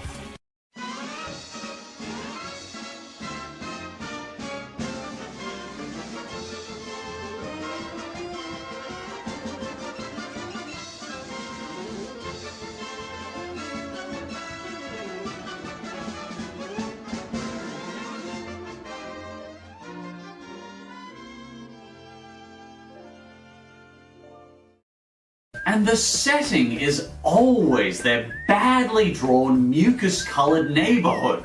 And that is a problem. Why? I mean, this just seems like a really pointless nitpick. Also, they had the school as a setting too, so it's not like it's just the neighborhood. Even as a kid, I found the gross-out humor boring. Even the side characters annoyed me. The bully is one of the most obnoxious bullies I've ever seen in a cartoon. He's just a jerk because he's a jerk with no actual character development or reason. Expecting a show like Ed, Edd and Eddy to have character development is stupid because it is a slapstick comedy. The show isn't trying to tell a deep story or anything like that. It's literally just to make people laugh.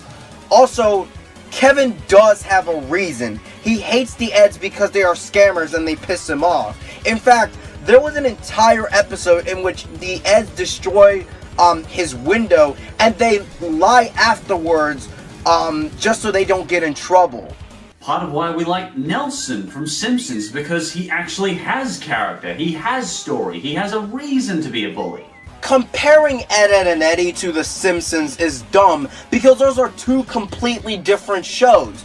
Ed, Edd and Eddy is a slapstick comedy, while The Simpsons is an animated sitcom. So obviously, in a show like The Simpsons, there would be a little bit more importance to story. But Ed, Edd and Eddy, again, is not really trying to aim for a deep story. It's literally, every episode is literally them trying to make as much jokes as possible to make people laugh. So recently, SuperMarioLogan has had most of his videos age restricted, and the reason for this is basically because one kid in, I don't know where he was, I'll link an article in the description below. Basically, one kid tried to commit suicide, and because of that, the parent of the kid pointed to SML as the inspiration for this shit, and therefore Logan's videos have just been not just demonetized, but Logan's videos have been getting age restricted. And if you don't know anything about YouTube, let me tell you this, right? Age restricted is worse than demonetization, like much worse. Basically, when you're demonetized, you're barely getting any ads, right? You're barely getting money. Your money's being cut, right? Now that's bad. Don't get me wrong, that's bad, but age restricted literally means that you earn no money. That you get literally no money from this. So it's basically no money, period. And that's basically what's been going on with Logan recently. Now, at first, when I found out about this, I was furious at YouTube. I was like, okay, YouTube, you're being absolutely ridiculous here. And I even made a Twitter post, like I made a tweet online expressing my thoughts on this whole thing and why I think it's so fucking stupid, right? I think it's ridiculous, man. But then recently, in a live stream, I heard that Keemstar, yes, Keemstar actually made a response to this shit in one of his live streams. Like, he actually talked about this in one of his live streams, and he actually gave his thoughts about this in one of his live streams, in which he criticized Logan, essentially, right? When I first heard about this, I was like, oh my god, Keemstar criticizing Logan, this is gonna be fucking stupid, holy shit. But honestly, after hearing what Keemstar had to say about this situation, my opinion did a complete 180, right? I actually agreed with what Keemstar had to say, and not only did I agree, I pretty much agree 90% with what he said, and I think what Keemstar said was valid, with the exception of one thing. And I'll show you a clip right now. The animals has adult themes, and he puts nooses around the stuffed animals' necks, alright? So of course he's gonna get demonetized. And then he uploads a video saying, why? I don't understand how my videos are not family friendly. Well, because you're playing with stuffed animals, which is attracting a young demographic of kids to watch your content, and then you have adult themes. Wasn't there just a big scandal all over YouTube about how these channels were like making like cartoon type stuff that was inappropriate for kids, and YouTube was like getting rid of them and closing them down? He's lucky he still has a channel. I'm not coming to this kid's rescue, the Logan or whatever his name is. Like, I'm not going to defend him in any shape or form. So basically, Keemstar makes a completely valid point. The only thing I disagree with, and I think that Keemstar got wrong, was that Logan's videos weren't demonetized, they were age restricted, and yes, there's a big difference between the two. I think Keemstar got that wrong. But other than that, I think what Keemstar said is pretty fucking valid. If you really think about it, SuperMarioLogan's videos are no different from the Spider-Man Elsa videos that's been going on lately. Now, I'm not saying that SML's videos are as bad as the Spider-Man Elsa videos, but if you really think about it, it's in the same ballpark. Logan is taking kid characters, Mario, Bowser Jr., you know, those characters, and he's adding adult themes in them. And YouTube obviously just doesn't want that. And not only does YouTube not want that, people in general do not want that. That's why they're sick and tired of these garbage Spider-Man and Elsa videos. So if you really think about it, Logan does deserve his videos to be demonetized, if you really think about it. I mean, he's taking Mario characters and he's adding adult themes. That's literally the same thing as the Spider-Man Elsa videos, and I actually agree 100% with Keemstar on that. You guys also have to keep in mind that one complaint that a lot of people had with YouTube was that YouTube was being very inconsistent with how they enforce their rules. Basically, some YouTube channels can do whatever the fuck they want and they can get away with it, while others can't, and YouTube will punish those channels in a more harsh light, if that makes sense.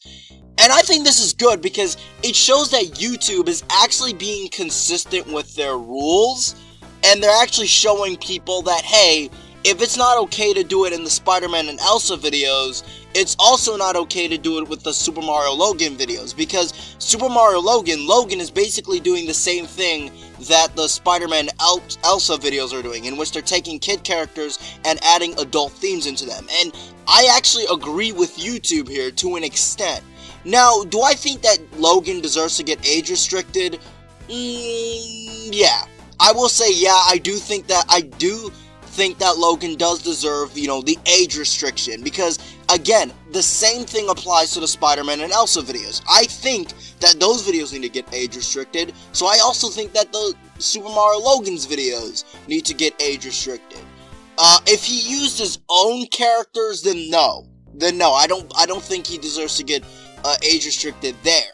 But the fact of the matter is, he's using Mario characters, kid characters that a lot of kids know about, and he's adding adult themes to them. And it's common sense to me now that I think about it. I really think Keemstar really changed my opinion on the whole thing. And then you have a bunch of dumbass Super Mario Logan fanboys, right? Who obviously can't think, who obviously don't know what the fuck is going on, right? And here they are calling Keemstar an asshole. Let me show you a clip from this one dumbass SML kid, SML fanboy, trying to quote unquote defend Logan here, and it's so stupid, man. Damn, Keemstar. Back at it again with being an asshole. So Keemstar is an asshole just for expressing a valid opinion online. And not only was he expressing his opinion online in a very valid manner, but he also explained it. How does that make him an asshole exactly? I mean, and also, I just love that this kid has used a very outdated meme. Seriously, this just shows that SML fanboys are just some of the stupidest people you'll ever meet in your life. Like, holy shit, man, it's so hilarious. As you guys are aware, a lot of people were really upset with my most recent video. And a lot of people were actually really thought it was funny. They really enjoyed it. The comment section was definitely a treat to watch, because a lot of you guys, you know, saw the humor in the troll video that I made.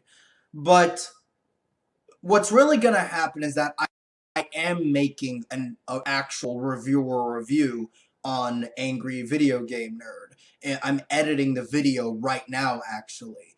And if you don't believe me, because, you know, I like to troll a lot, here is a sneak peek of the full episode, which, keep in mind, might be 15 to 20 minutes long. I'm not too sure. I haven't completed editing it yet, but it's definitely going to be a pretty big video, pretty big project. So here's the sneak peek.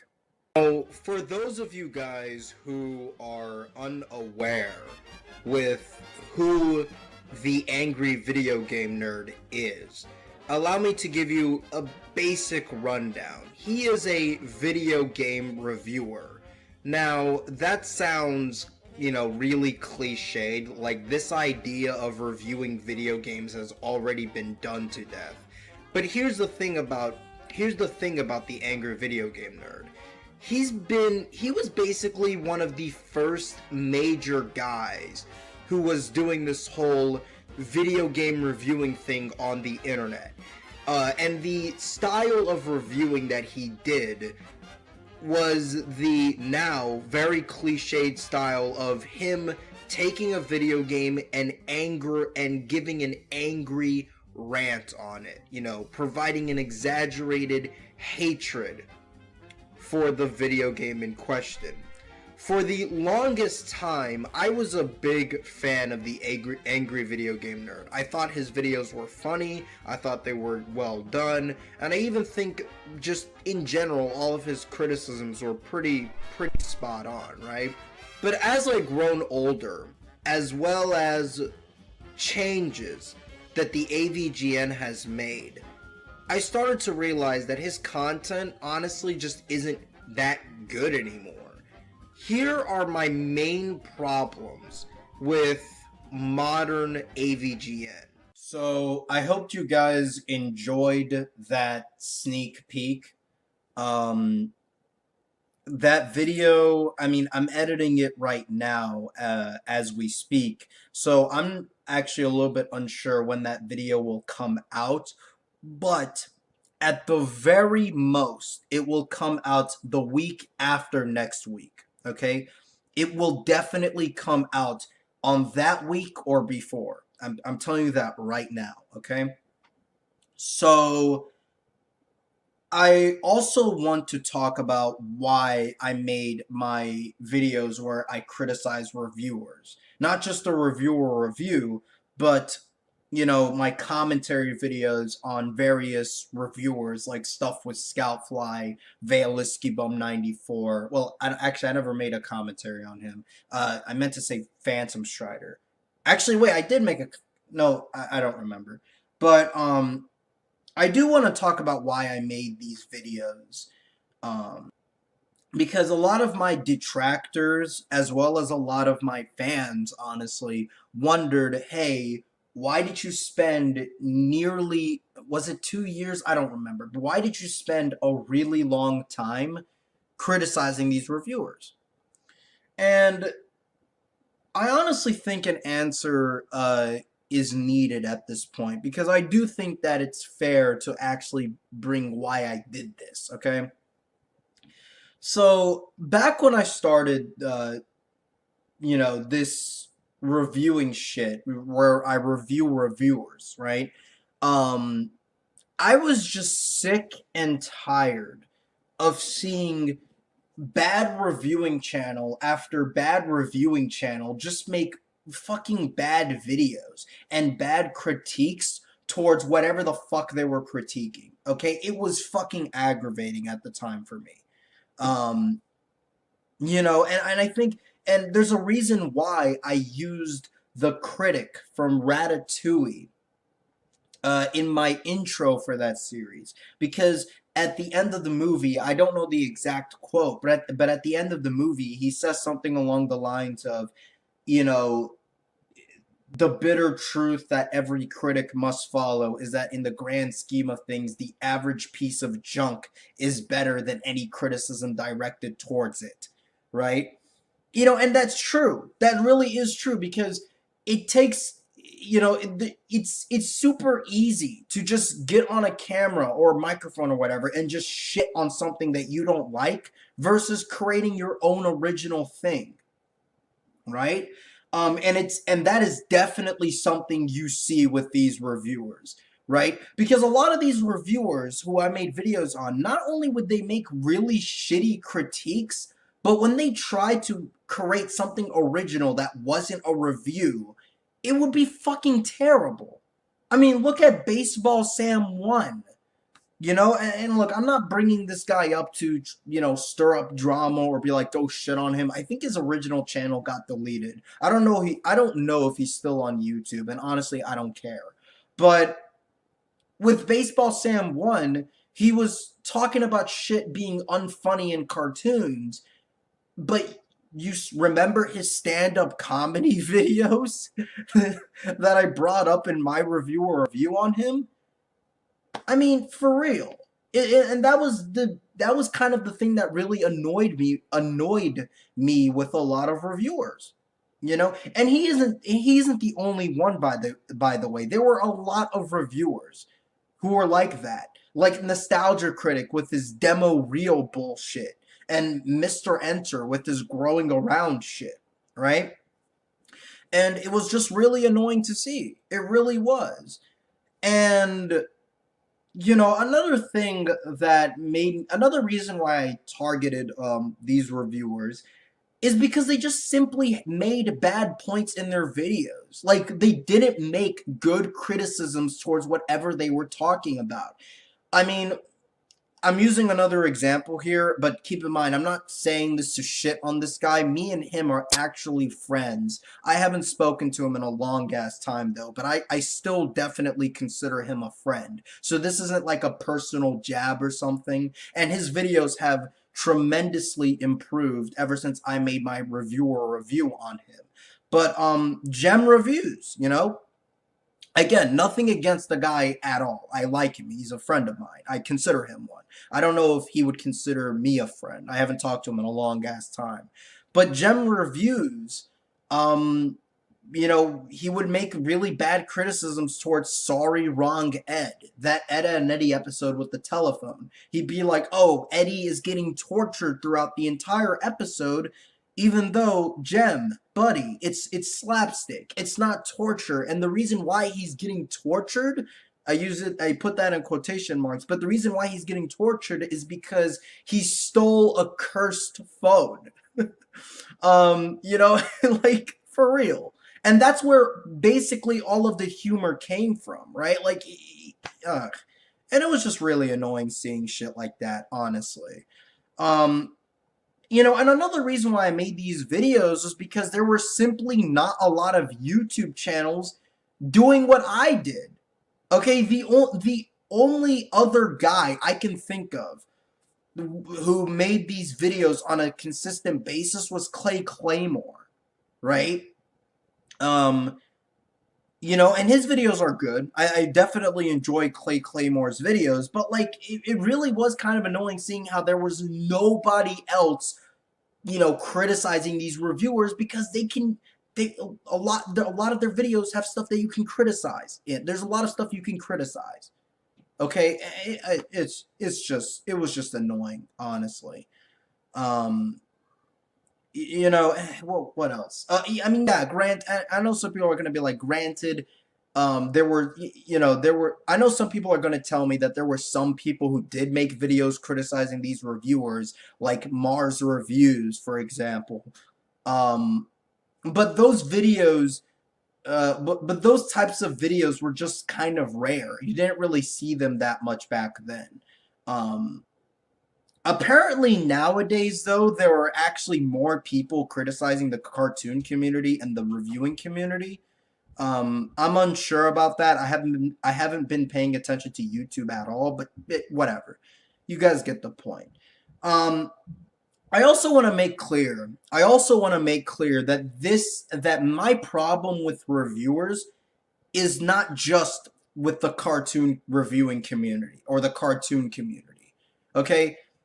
Granted, I did make videos specifically on that community, but a lot of the same problems you see with the cartoon reviewing community, you see with a lot of other reviewers. I'm making this clear right now. The movie reviewing community on YouTube, for example, is also shit. People like Your Movie Sucks and I Hate Everything just suck as content creators. Okay, they just suck as YouTubers. Okay, I'm just not gonna, like, that's just how it is, right? I guess you could say the main reason why I targeted the cartoon community was because the problems with their community, even though it's shared with the reviewing community in general on YouTube, I guess you could say the cartoon community definitely had the problems more highlighted. You can definitely spot them more within that community, and I guess that's the reason why I targeted that community the most out of all the other ones. Or actually exclusively. But make no mistake, the reviewing community on YouTube in general just sucks dick. I mean, I'm just being honest. The most tolerable one would definitely be the video game reviewing community, but there are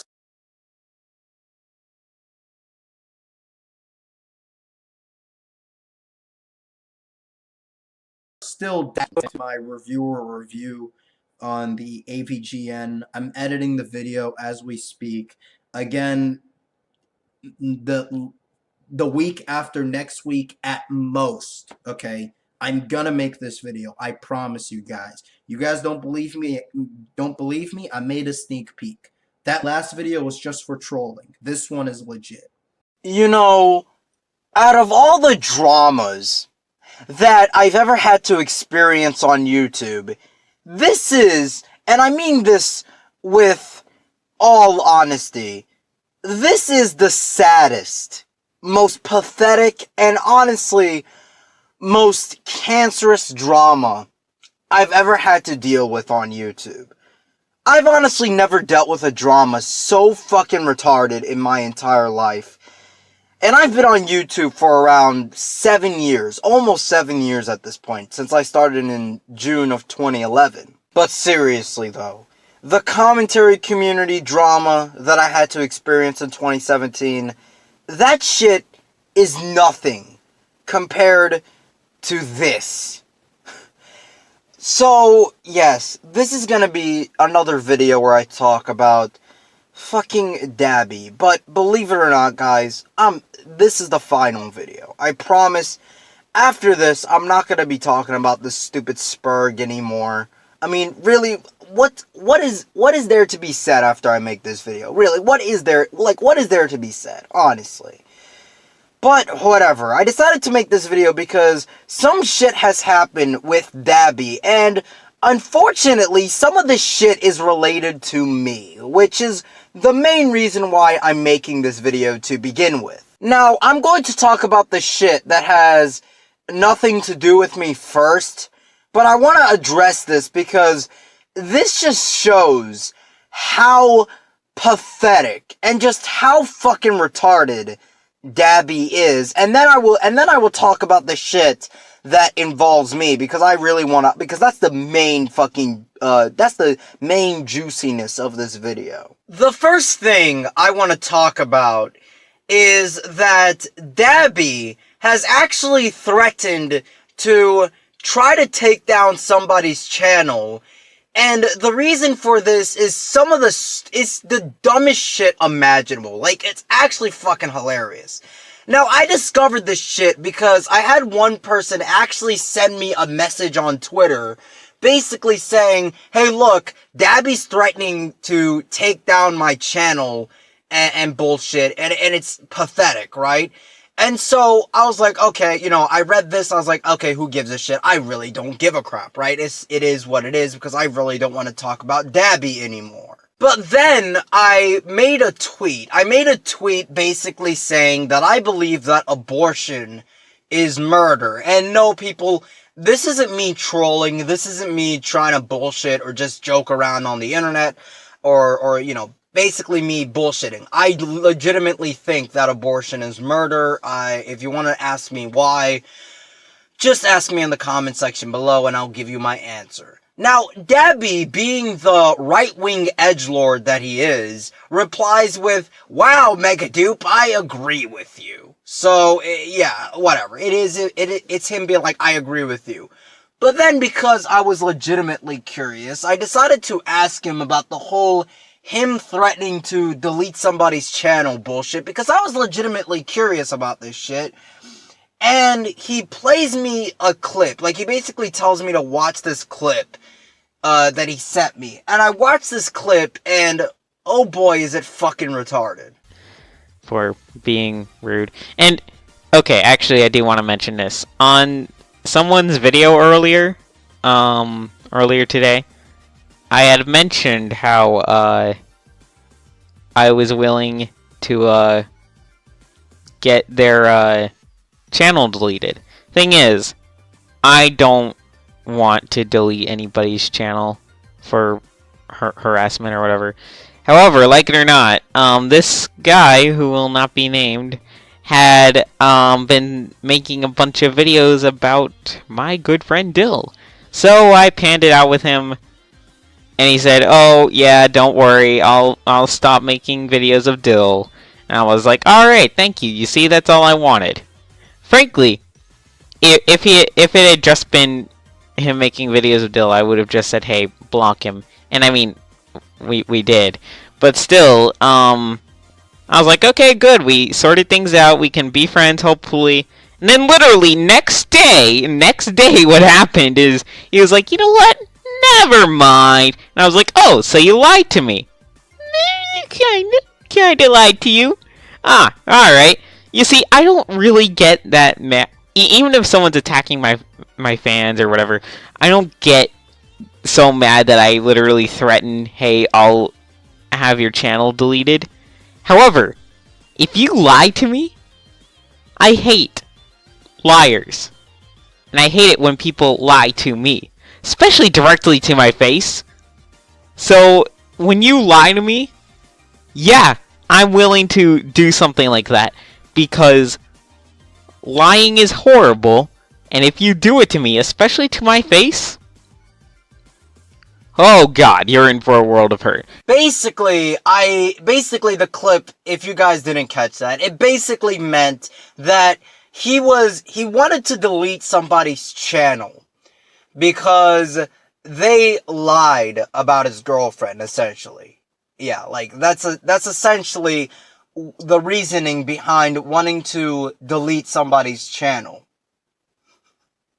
I shit you not. It's fucking ridiculous, honestly. Some spurg on the internet lied about my girlfriend, therefore I want to delete their channel. Fucking brilliant. You really just can't make this shit up.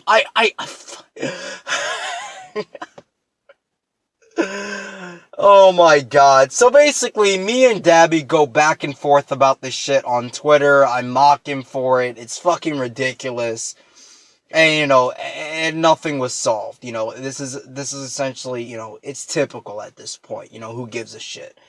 But anyways, let's get into the real juice of this video. About why I even wanted to make this video to begin with, you know? And, not gonna lie, this thing legitimately pissed me off. It really did, because Dabby blatantly lied about me. He blatantly lied about me. He spoke for me to try to make somebody on the internet look bad. Now, don't get me wrong, I have nothing against wanting to shit on other people on the internet. I do that all the fucking time, right? But this guy fucking lied about what I said. He lied about what I said in order to do that. And that's what's really pathetic about this whole thing. You know, and he's basically spreading, you know, misinformation. He made some bullshit up, right? And I want to address this. Oh, what a shame, Knight. I suppose you want to fight a losing battle? Well then, no regrets, Night Miner. So, why do I call this a battle Night Miner can't win? Well, Night Miner, funnily enough, has dug himself a hole so deep that not even the best of arguments would be able to get him out. Heck, he's so bad that even MegaDoop and I can put our differences aside and agree that he's terrible. You know that's bad.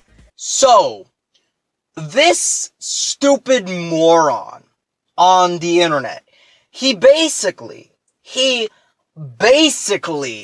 lied about what I said, about me in general. He lied. He made shit up. Me and Dabby never settled our differences to agree that Night Miner is terrible. We never did. This is a fucking lie, and Dabby knows this shit. Dabby knows this shit. He knows he's fucking lying right now. He's making this shit up on purpose, and he knows this shit. Like, he's basically misleading his audience here so blatantly that it's actually fucking ridiculous, honestly. It's legitimately ridiculous, honestly. It makes me want to laugh in a way because of how stupid it is. Right? In fact, this statement is so full of shit that I even remember on one of my live streams, you know, one person asked me the question, like one of the people in my live streams, they were wondering who out of everyone in the SML community that I dealt with, Math Dominus, Night Miner, and Dabby, who I found to be the most tolerable. I literally said in that live stream, again, I don't have the clip because I delete all of my live streams, unfortunately, but whatever. If you guys don't believe me, whatever, who gives a shit at this point, right? But I'm telling you, this is exactly what I said, and I remember this shit. He basically was wondering who I thought was the most tolerable, and I literally said that out of all three of them, I thought Night Miner was the most tolerable. Because at least with him, you can make the excuse of him being a young kid, which is why he's so stupid. And I remember saying that out of all of them, without a doubt, Dabby is the worst. Right? I cannot fucking stand that motherfucker. That guy's a liar. That guy's a hypocrite. And that guy is he's a moron, right? He's completely fucking stupid. And here he is, here he is, having the nerve, having the fucking audacity to sit there and say that me and him, we can settle our differences to shit on Nightminer, despite the fact that I literally feel the exact opposite, honestly. I can honestly settle my differences with Nightminer to agree that you're fucking terrible, which I actually have. But we never did to agree that Nightminer's terrible, Dabby, and you fucking know that. You fucking know it, you liar. You lying cunt. Though, here's the thing, Dabby. Even though you blatantly lied about me, I'm not going to threaten to delete your channel, nor will I flag your video. Why? Because I'm not a fucking spurg on the internet who can't handle it. It's just stupid shit on the internet after all. It is what it is. You know, like, by your own logic, I should be allowed to just completely threaten your entire channel. But I wouldn't do that. And I would never ever want to do that. Okay? I don't even fucking care if you're like a goddamn literal fucking racist on the internet, which there are racists on YouTube nowadays, right? I wouldn't threaten their channels, right? Even if they're making shit up. Because at the end of the day, I believe in free speech. I believe that you should be allowed to say whatever the fuck you want to say, especially on the internet, and, you know, and that shit shouldn't be taken away from you, essentially. You know, unless you blatantly break YouTube's rules by showing something very graphic or whatever. Unless you do something like that, really, you shouldn't be banned on YouTube, right? And that's exactly the philosophy I hold when it comes to this sort of thing, right? But that doesn't change the fact that you fucking lied about me, you cunt. You lied about me. And then when you lied, right, I was legitimately fucking pissed. I'm not gonna lie, I was being a little bit of a spurg when I found out about this shit. I was spurging out a little bit, right? But then I was like, okay, you know what? This is fucking ridiculous. So I go on Discord and I basically asked him, dude, why the fuck did you lie about me in your video? Why did you do that? Like, be fucking honest here and just tell me the truth, right? And you know what this stupid coward does? This fucking coward. He blocks me almost instantly. Like, he blocks me because he blocks me because he literally can't, he doesn't know how to handle this shit, man. It's fucking ridiculous. He gets called out on this bullshit and he just blocks you like a fucking retard. I mean, holy shit. And this isn't just with me. This isn't just with me, by the way. He has blocked Nightminer both on Discord and on Twitter. He's blocked Nightminer for this shit. He's blocked Nightminer despite making a fucking video on him, for fuck's sake.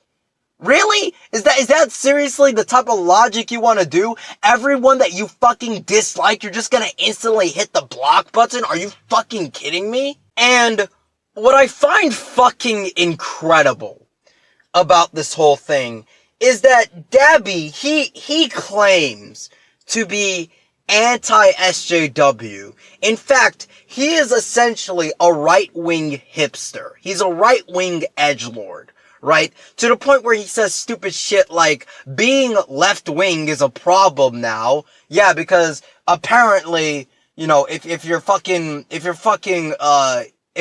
left-wing, you're just an SJW automatically. And he's probably gonna respond with stupid shit like, oh, I was joking, ha ha ha ha, you fell for my joke, ha ha ha ha ha, or some bullshit like that. When in reality, it's how he legitimately feels. I don't even fucking care if he was joking or not, because regardless, this is legitimately how Dabby feels about politics. That's how fucking delusional this motherfucker is, right? But this guy says stupid shit like being left-wing is a problem. And he claims to be this hardcore anti-SJW, yet he blocks people he doesn't like on the internet. He blocks them. What other people on the internet do that shit? Fucking SJWs, man. They fucking block you. They don't want to hear what you have to say. You fucking block literally almost everyone who dislikes you, man, and you dislike. You block me? You block fucking Nightminer? Like, are you fucking kidding me right now? How does that not make you an SJW? You are acting just as retarded as SJWs. Fucking hell, man. Holy shit. This just proves my point even more when it comes to Dabby.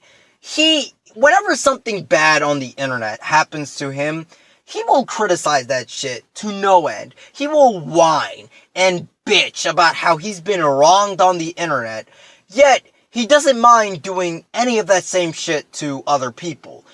When an SJW does stupid shit, he will call them out for being an SJW. He would claim people who aren't even SJW, such as myself, to be SJW. Yet he blocks people. I find that fucking astonishing, honestly. And here's another example of Dabby's hypocrisy that I thought was fucking hilarious. And this was from the same video where he lied about me, by the way. But let's briefly go over a few of the problems Knight has. A recap, if you will. For starters, if MegaDoop has an ego the size of a planet, Knight has an ego the size of the sun. Seriously, this kid just doesn't realize that having a huge ego doesn't make you seem cool or anything. You know, it's really funny how you criticize me for having a big ego, which, make no mistake, I do have a big ego, and I'm fucking proud of it, right? But it's really funny how you criticize me for having an ego, yet, literally, you make a video before this video, like, telling Nightminer that if he, like, doesn't give up, like, you're gonna, like, fucking destroy his channel, or some bullshit like that. Just watch the clip. But this really clenches it. But I think I found the root of the problem. I'm too nice. Well, also you. Yeah, that seems right.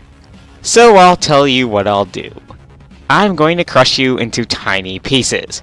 I'll make what I did before look like a fun time in the park. However, still want to give you one last chance here. Yeah, a bit of that nice attitude is still here, I'm afraid. I find that fucking hilarious, dude. Your hypocrisy, it never ceases to amaze me. It really does. Dabby, this is why I legitimately dislike you. I really don't like this motherfucker at all. This guy's a piece of shit. He's a liar, he's a coward, and he's a hypocrite. 3 of the things on the internet that I hate the most, all packed into a whiny spurg on the internet, whining about some degenerate making shitty plush videos for 7-year-olds.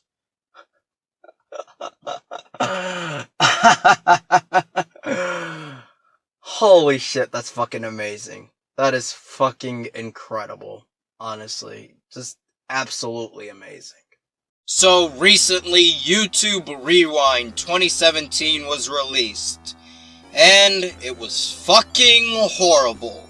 Now, everyone and their mother has made rants on YouTube Rewind. It's something, you know, it's pretty much guaranteed. It was destined to be terrible. But the best rant I've seen of YouTube Rewind was Emperor Lemon's rant on it, which I will link in the description below if anyone wants to check that out. So yeah, but I feel as if since nowadays, you know, you have YouTube Rewind, and the fact that so many people fucking hated it this year, like, seriously, so many fucking people hated it, including myself, right? I feel as if it's a good time to start addressing a problem of YouTube that many people just don't seem to notice as much. Because admittedly, it is not as bad as the demonetization bullshit that has been happening on YouTube. Now basically, the problem on YouTube is smaller channels can't get anywhere on this website. You know, they just can't. You know, YouTube's algorithm pretty much makes it to where in order to become popular on YouTube, you have to A, have a friend who's already a popular YouTuber, or B, just get really fucking lucky. And that's basically it. You just gotta get lucky. And I am sick and tired of not just my channel, right? Not just my channel, but of just seeing channels in general that are so good, that make such good content, that actually care about the videos they make, right? They can't get anywhere on this fucking website, yet trash! Fucking trash! Like Valiskabum94, Lispy Jimmy, and all these other garbage YouTube channels, they're making thousands upon thousands of views with every fucking video, right? And it is so infuriating to look at, man. You have no idea. And I know I'm gonna get a lot of comments, right? Telling me that I sound resentful, and I sound frustrated, and I sound bitter towards YouTube. And the fact of the matter is, I fucking am. And I'm not gonna fucking hide it either, because when I made this channel, right, I promised to be as honest as humanly possible with my audience. Because I do not want to pander to my audience. I want them to know exactly how I feel. Without me having to sugarcoat it, unlike a lot of other fucking moronic goddamn YouTubers, right? I am resentful towards YouTube. I've been doing this shit for 6 goddamn years, and I haven't got anywhere, anywhere significantly. And look, don't get me wrong. Recently, I've been getting a decent boost in popularity, and I appreciate it, right? Don't get me wrong. But at the end of the day, the fact of the matter is, YouTube fucked me over, man. YouTube fucked me over. And not only did they fuck me over, they fucked over a lot of people, including the people I'm about to mention in this video. Now, I talk shit about a lot of YouTube channels. So, to be fair, I think it's time that I start addressing good YouTube channels and talk about why they are good YouTube channels. But before I start this video, I know this intro is long enough already, but before I start this video, I want to say something to my audience, because I really want them to understand this. Please, please, don't watch this video and just say, oh, okay, these are YouTube channels that MegaDoopTV likes, okay? Don't just do that. Please, just take some time out of your day and actually watch some of these guys on YouTube. Just give them a fucking chance. Give them a shot, man. Watch their videos. Watch their videos. And if you like what you see, please subscribe. But first, you have to give them a fucking chance. I don't want you subscribing blindly. No, no, no, no, no. I want you to give these guys a chance and actually watch their fucking content. Please, just do that for me, alright? Without further ado, let's start the fucking video. First YouTuber I'm going to be talking about today in this video is PyPivotMonTRO. Now, Pi is the guy who actually made the intro for this fucking video, so thank you, Pi. I really appreciate it, because I'm not really that good at making fucking intros, so thanks, bro. But anyways, besides that, PyPivotMonTRO is a legitimately good channel, and he is a channel that actually got me into watching YouTube poops again. And yes, people, Pi is a YouTube pooper. The reason why his YouTube poops are so fucking good is just the amount of editing he puts into his YouTube poops, and just how creative he gets when it comes to the editing. They really are just very well edited videos. He puts in like just so much effort, you have no idea. It's unreal for a YouTube video, in my opinion, right?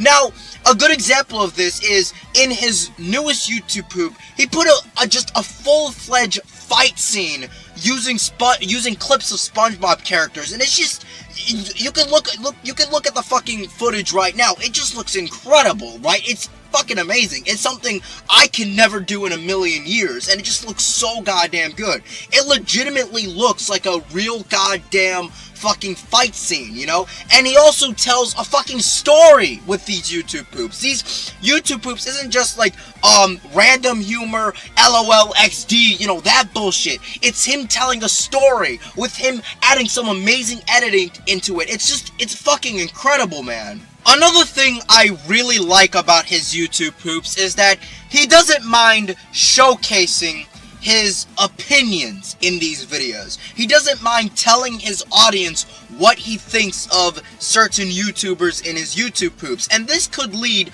to some very clever jokes. Here's a good example of this that I thought was fucking hilarious. Perhaps I can drown out their childish games with a little YouTube. Why do you assume only other races like fried chicken? Isn't there anything on that isn't shit. Hey everyone, and welcome to the meme review? The meme review? Guess this is okay. I give up. Overall, PyPivotMontiero is definitely a YouTube channel that is worth your fucking time. And he legitimately got me into watching YouTube poops again because, not gonna lie, I thought YTPs were pretty much dead. I thought nobody really gave a shit about YTPs anymore, but clearly I was wrong. Anyways, let's move on to the next YouTuber, Turkey Tom. Now, I've given a shout out to this YouTuber many times already, and this is probably going to be the last shout out I give to Turkey Tom, but whatever, doesn't matter. I want to talk about why his channel is fucking great. Now, Turkey Tom is a ranter like me, you know, he makes videos giving his thoughts on certain things. One thing I really like about Tom's channel is just the style he does when it comes to his rant videos in general. Now, me, when it comes to my rant videos, or my commentary videos, or whatever the fuck you want to call them, I take a more aggressive, cynical approach to conveying my points. I don't like to, you know, sugarcoat my criticism or anything like that. I go all out. But the thing I like about Tom is that he doesn't go all out with his criticisms, and he's a lot more chill, but at the same time, he isn't like a pushover either, if that makes sense, you know? He's chill, but he isn't a fucking bitch, and that's something I gotta give him respect for. So, if you like a channel like mine, but you're not a fan of the aggressive nature, I think Tom is the perfect channel to go to. Tom also puts in a lot of fucking effort into actually constructing his thoughts and opinions, and he actually does a good job explaining his points. And he really does he makes a lot of fucking valid points in his videos, right? I watch his videos, and he makes points that are like, even if I don't 100% agree with him, I could watch and say, huh, I understand where he's coming from, and that's exactly what a rant channel should do. Overall, I really do think you guys should go check out Tom's channel. He's been getting a lot of subscribers lately thanks to his Mr. Enter video, which was a smash hit. And I am so glad to see that happen. I really am. Anyways, let's move on to the next YouTuber.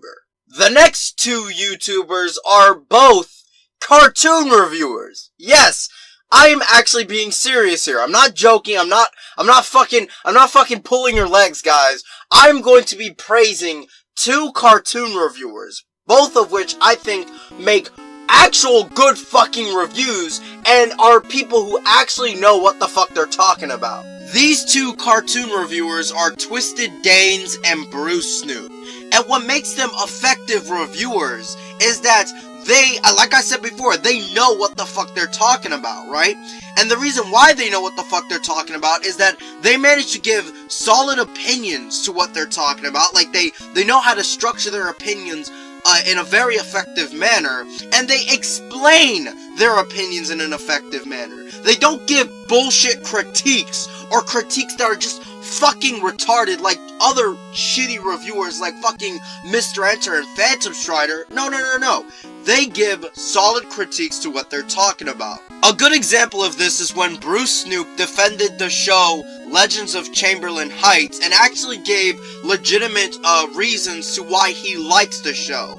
And honestly, even though I'm not really a fan of the show, I looked at his review and I was like, wow, even though I'm not a fan of the show, watching this review, I might as well become a fan because his critiques are really fucking good. These two channels also like to occasionally shit on other YouTube channels, and if I'm being honest with you, I really enjoy watching these videos. I actually discovered Twisted Danes when he made that video talking about cartoon reviewers and giving his thoughts on them. Also, I just want to say, I absolutely love Bruce Snoop's video completely trashing Grade A Under A back when he was relevant, because that video pretty much explains why a lot of people, including myself, do not like Grade A Under A anymore. Overall, I honestly recommend you guys check out these two awesome cartoon reviewers. Just go check them out. What are you guys waiting for? Like, oh my god! The next YouTuber I want to talk about is Bluesdank. Now you're probably wondering, Bluesdank, just who is he exactly? Well, Bluesdank is a commentary channel. One thing I like about Bluesdank is that unlike a lot of other commentary channels, he doesn't just follow their opinion like a blind sheep. He actually gives his own thoughts and his own opinions on situations, and one great example of this is when he recently made a video defending Philip DeFranco and actually criticizing morons like Kavos for saying that Philip DeFranco is quote-unquote trying to scam his audience. Like, seriously, what the fuck? And his personality really shines through when it comes to, you know, his videos. You know, he's a British kid with a really cool hat on, and you can tell that his videos just have a lot of charm to them, right? Overall, I really recommend you guys check out his channel. Link in the description, no excuse, go subscribe right now. The last YouTube channel I want to talk about today is a YouTube channel known as SlayerCoon. Now, SlayerCoon is a good friend of mine, and for good reason. His channel is fucking awesome. Now, at the moment, SlayerCoon only has one series on his channel, and that is Bad YouTubers. He used to have two, and I don't know about this, I'm not really 100% sure, but it's possible that he's making another series to his channel that I'm going to talk about in a little bit. Basically, Bad YouTubers is a series where he goes over shitty YouTube channels and talks about why there are shitty YouTube channels. And his commentary and just the stuff he says when it comes to discussing these YouTube channels are really fucking funny.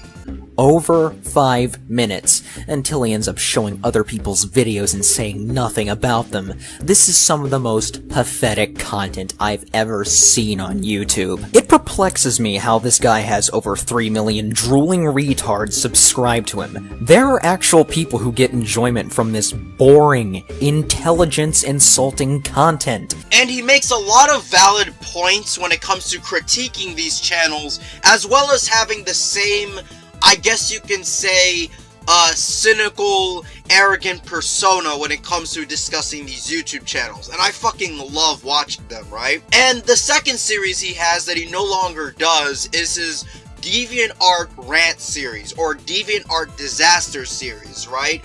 That's the name of his series, right? He recently ended that series, which is, I will admit, kind of weird, because those series, compared to the rest of his videos on his channel, actually get the most amount of views.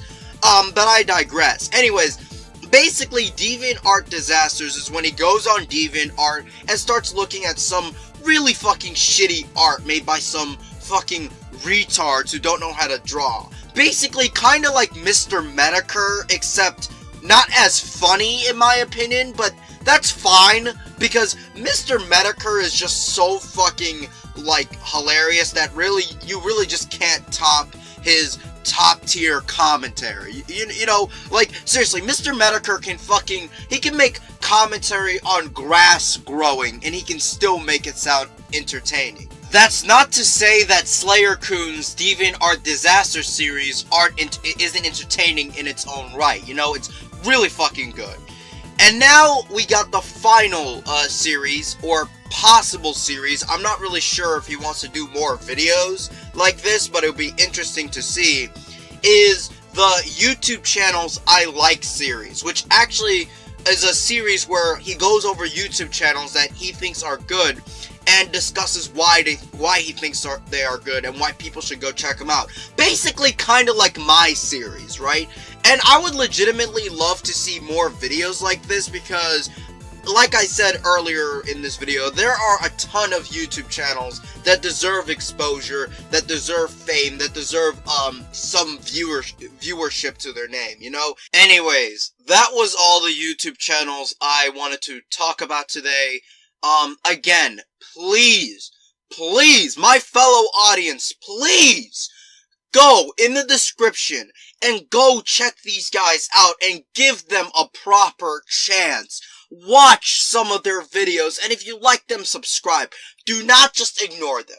Please don't just ignore them. Give them an actual fucking chance. Because I pretty much accepted that I'm not going to get anywhere on this website. Alright, I've accepted that. It's my fate at this point, and it's like, whatever. But these guys, I see potential in some of these guys to get somewhere, to get subscribers, to get views. And I really want to see that happen. And even if I'm only a percentage, right? Even if I only help them out by just a percentage point, I don't care. As long as I help them out at all, that's fucking amazing to me. So please check out these guys. Okay, don't just ignore this video. Go in the description and please just click on the link to their channels and give them an actual chance. So, I'm pretty sure every one of you guys right now have heard of the whole Logan Paul incident. For those of you guys who've been living under a rock, let me just give you a quick rundown. Basically, and this incident is just so, like, have you ever had those times where when you're describing something that's so stupid that you cringe but laugh at the same time because of just how stupid and just how moronic it is? Because this is one of those times for me. So basically, Logan Paul decides to go to a suicide forest in Japan. And this is a forest that's infamous for many people going there and committing suicide, right? So he goes into that forest and he finds a dead body, and he records that dead body on camera, and only blurs the face. And not only that, he makes jokes about finding the dead body and basically just laughing. I don't feel very good. Yeah, I don't feel good. What, you never stand next to a dead guy? No. God damn it. I honestly cannot describe this without just oh my god. How can anybody be this retarded? Like, seriously. So, obviously, this guy was getting, like, he was completely getting destroyed by not just YouTubers, by many celebrities. Many people just in general were saying, you are a complete moron for doing this, and you're just a scumbag. And he really is a scumbag. He's just a complete and total scumbag, okay? He's a douchebag, I don't care. And anybody who supports this guy after this incident, anyone who supports him, I'm gonna say this: you're either A, dumb kid, or B, a legitimate scumbag. If you are honestly gonna support him after this retarded, I can't even describe it, just mental retardation, right? You are a scumbag. End of story, right? And before someone tries to tell me that he made an apology video about it, I know about the apology video, and I think his apology video is completely garbage for two reasons, right? One, he made a written apology on Twitter in which he tried to basically boost his own ego, saying stupid shit like, I didn't make this for views, I get views, and just other moronic shit like that. And two, another YouTuber by the name of Reagan recently did a body language reading of his apology video in which he goes over his apology and looks at the body language and pretty much shows to everyone how deceptive Logan is being and how disingenuous he's being. Like, it's complete utter BS, man. Like, seriously. And even if he was legitimately sorry, I don't fucking care. Sorry is something you say for doing a tiny mistake, right? This guy went and filmed a dead body of a guy who committed suicide and posted it on YouTube. So no, I'm not gonna forgive him, even if the sorry was legitimate, okay? He's a scumbag. But I want to talk about how YouTube has been handling this bullshit, because I honestly think that YouTube is they're just trying to commit suicide themselves at this point, okay? They clearly do not, the people working at YouTube right now, they clearly don't give a shit about this website. The first thing they did was put this video in the trending tab. I'll say it again. They put this a guy showcasing a dead body in the trending tab. The same website that would issue demonetization claims to any video that has a bad word in it is basically promoting a guy showcasing a dead body in a video. Are you kidding me right now? Seriously, this has to be a joke. The same website that would completely disown PewDiePie for saying the N-word and saying, making Nazi jokes that were completely taken out of context, right? The same website that would do that is putting this little boy's video, I don't care if he's older than me, okay? This boy's video on the trending tab. I'm absolutely speechless, man. This is ridiculous. And what makes this worse is that YouTube has been censoring videos just talking about the situation. One example, and I'll show you a clip right now, is when they censored TJ Kirk's video about the situation. Logan Paul went into the suicide forest in Japan, a forest famous for people going into it and committing suicide. He went in there looking for a body. He found one. He filmed it. He reacted to it in a way that many people found very superficial. And he posted it on YouTube. And it got millions of views, but the public backlash was such that Logan Paul decided to take the video down. YouTube didn't take his video down. He took it down. I made a video about that incident where I showed some clips from his video, and my video was taken down. Now, for the public, when they landed there and saw it, they saw a thing that said, this video is against YouTube's community guidelines. For me, on my end, it says, video removed, misleading or insufficient metadata. What the fuck does that mean? With all due respect, YouTube, what the fuck does that mean?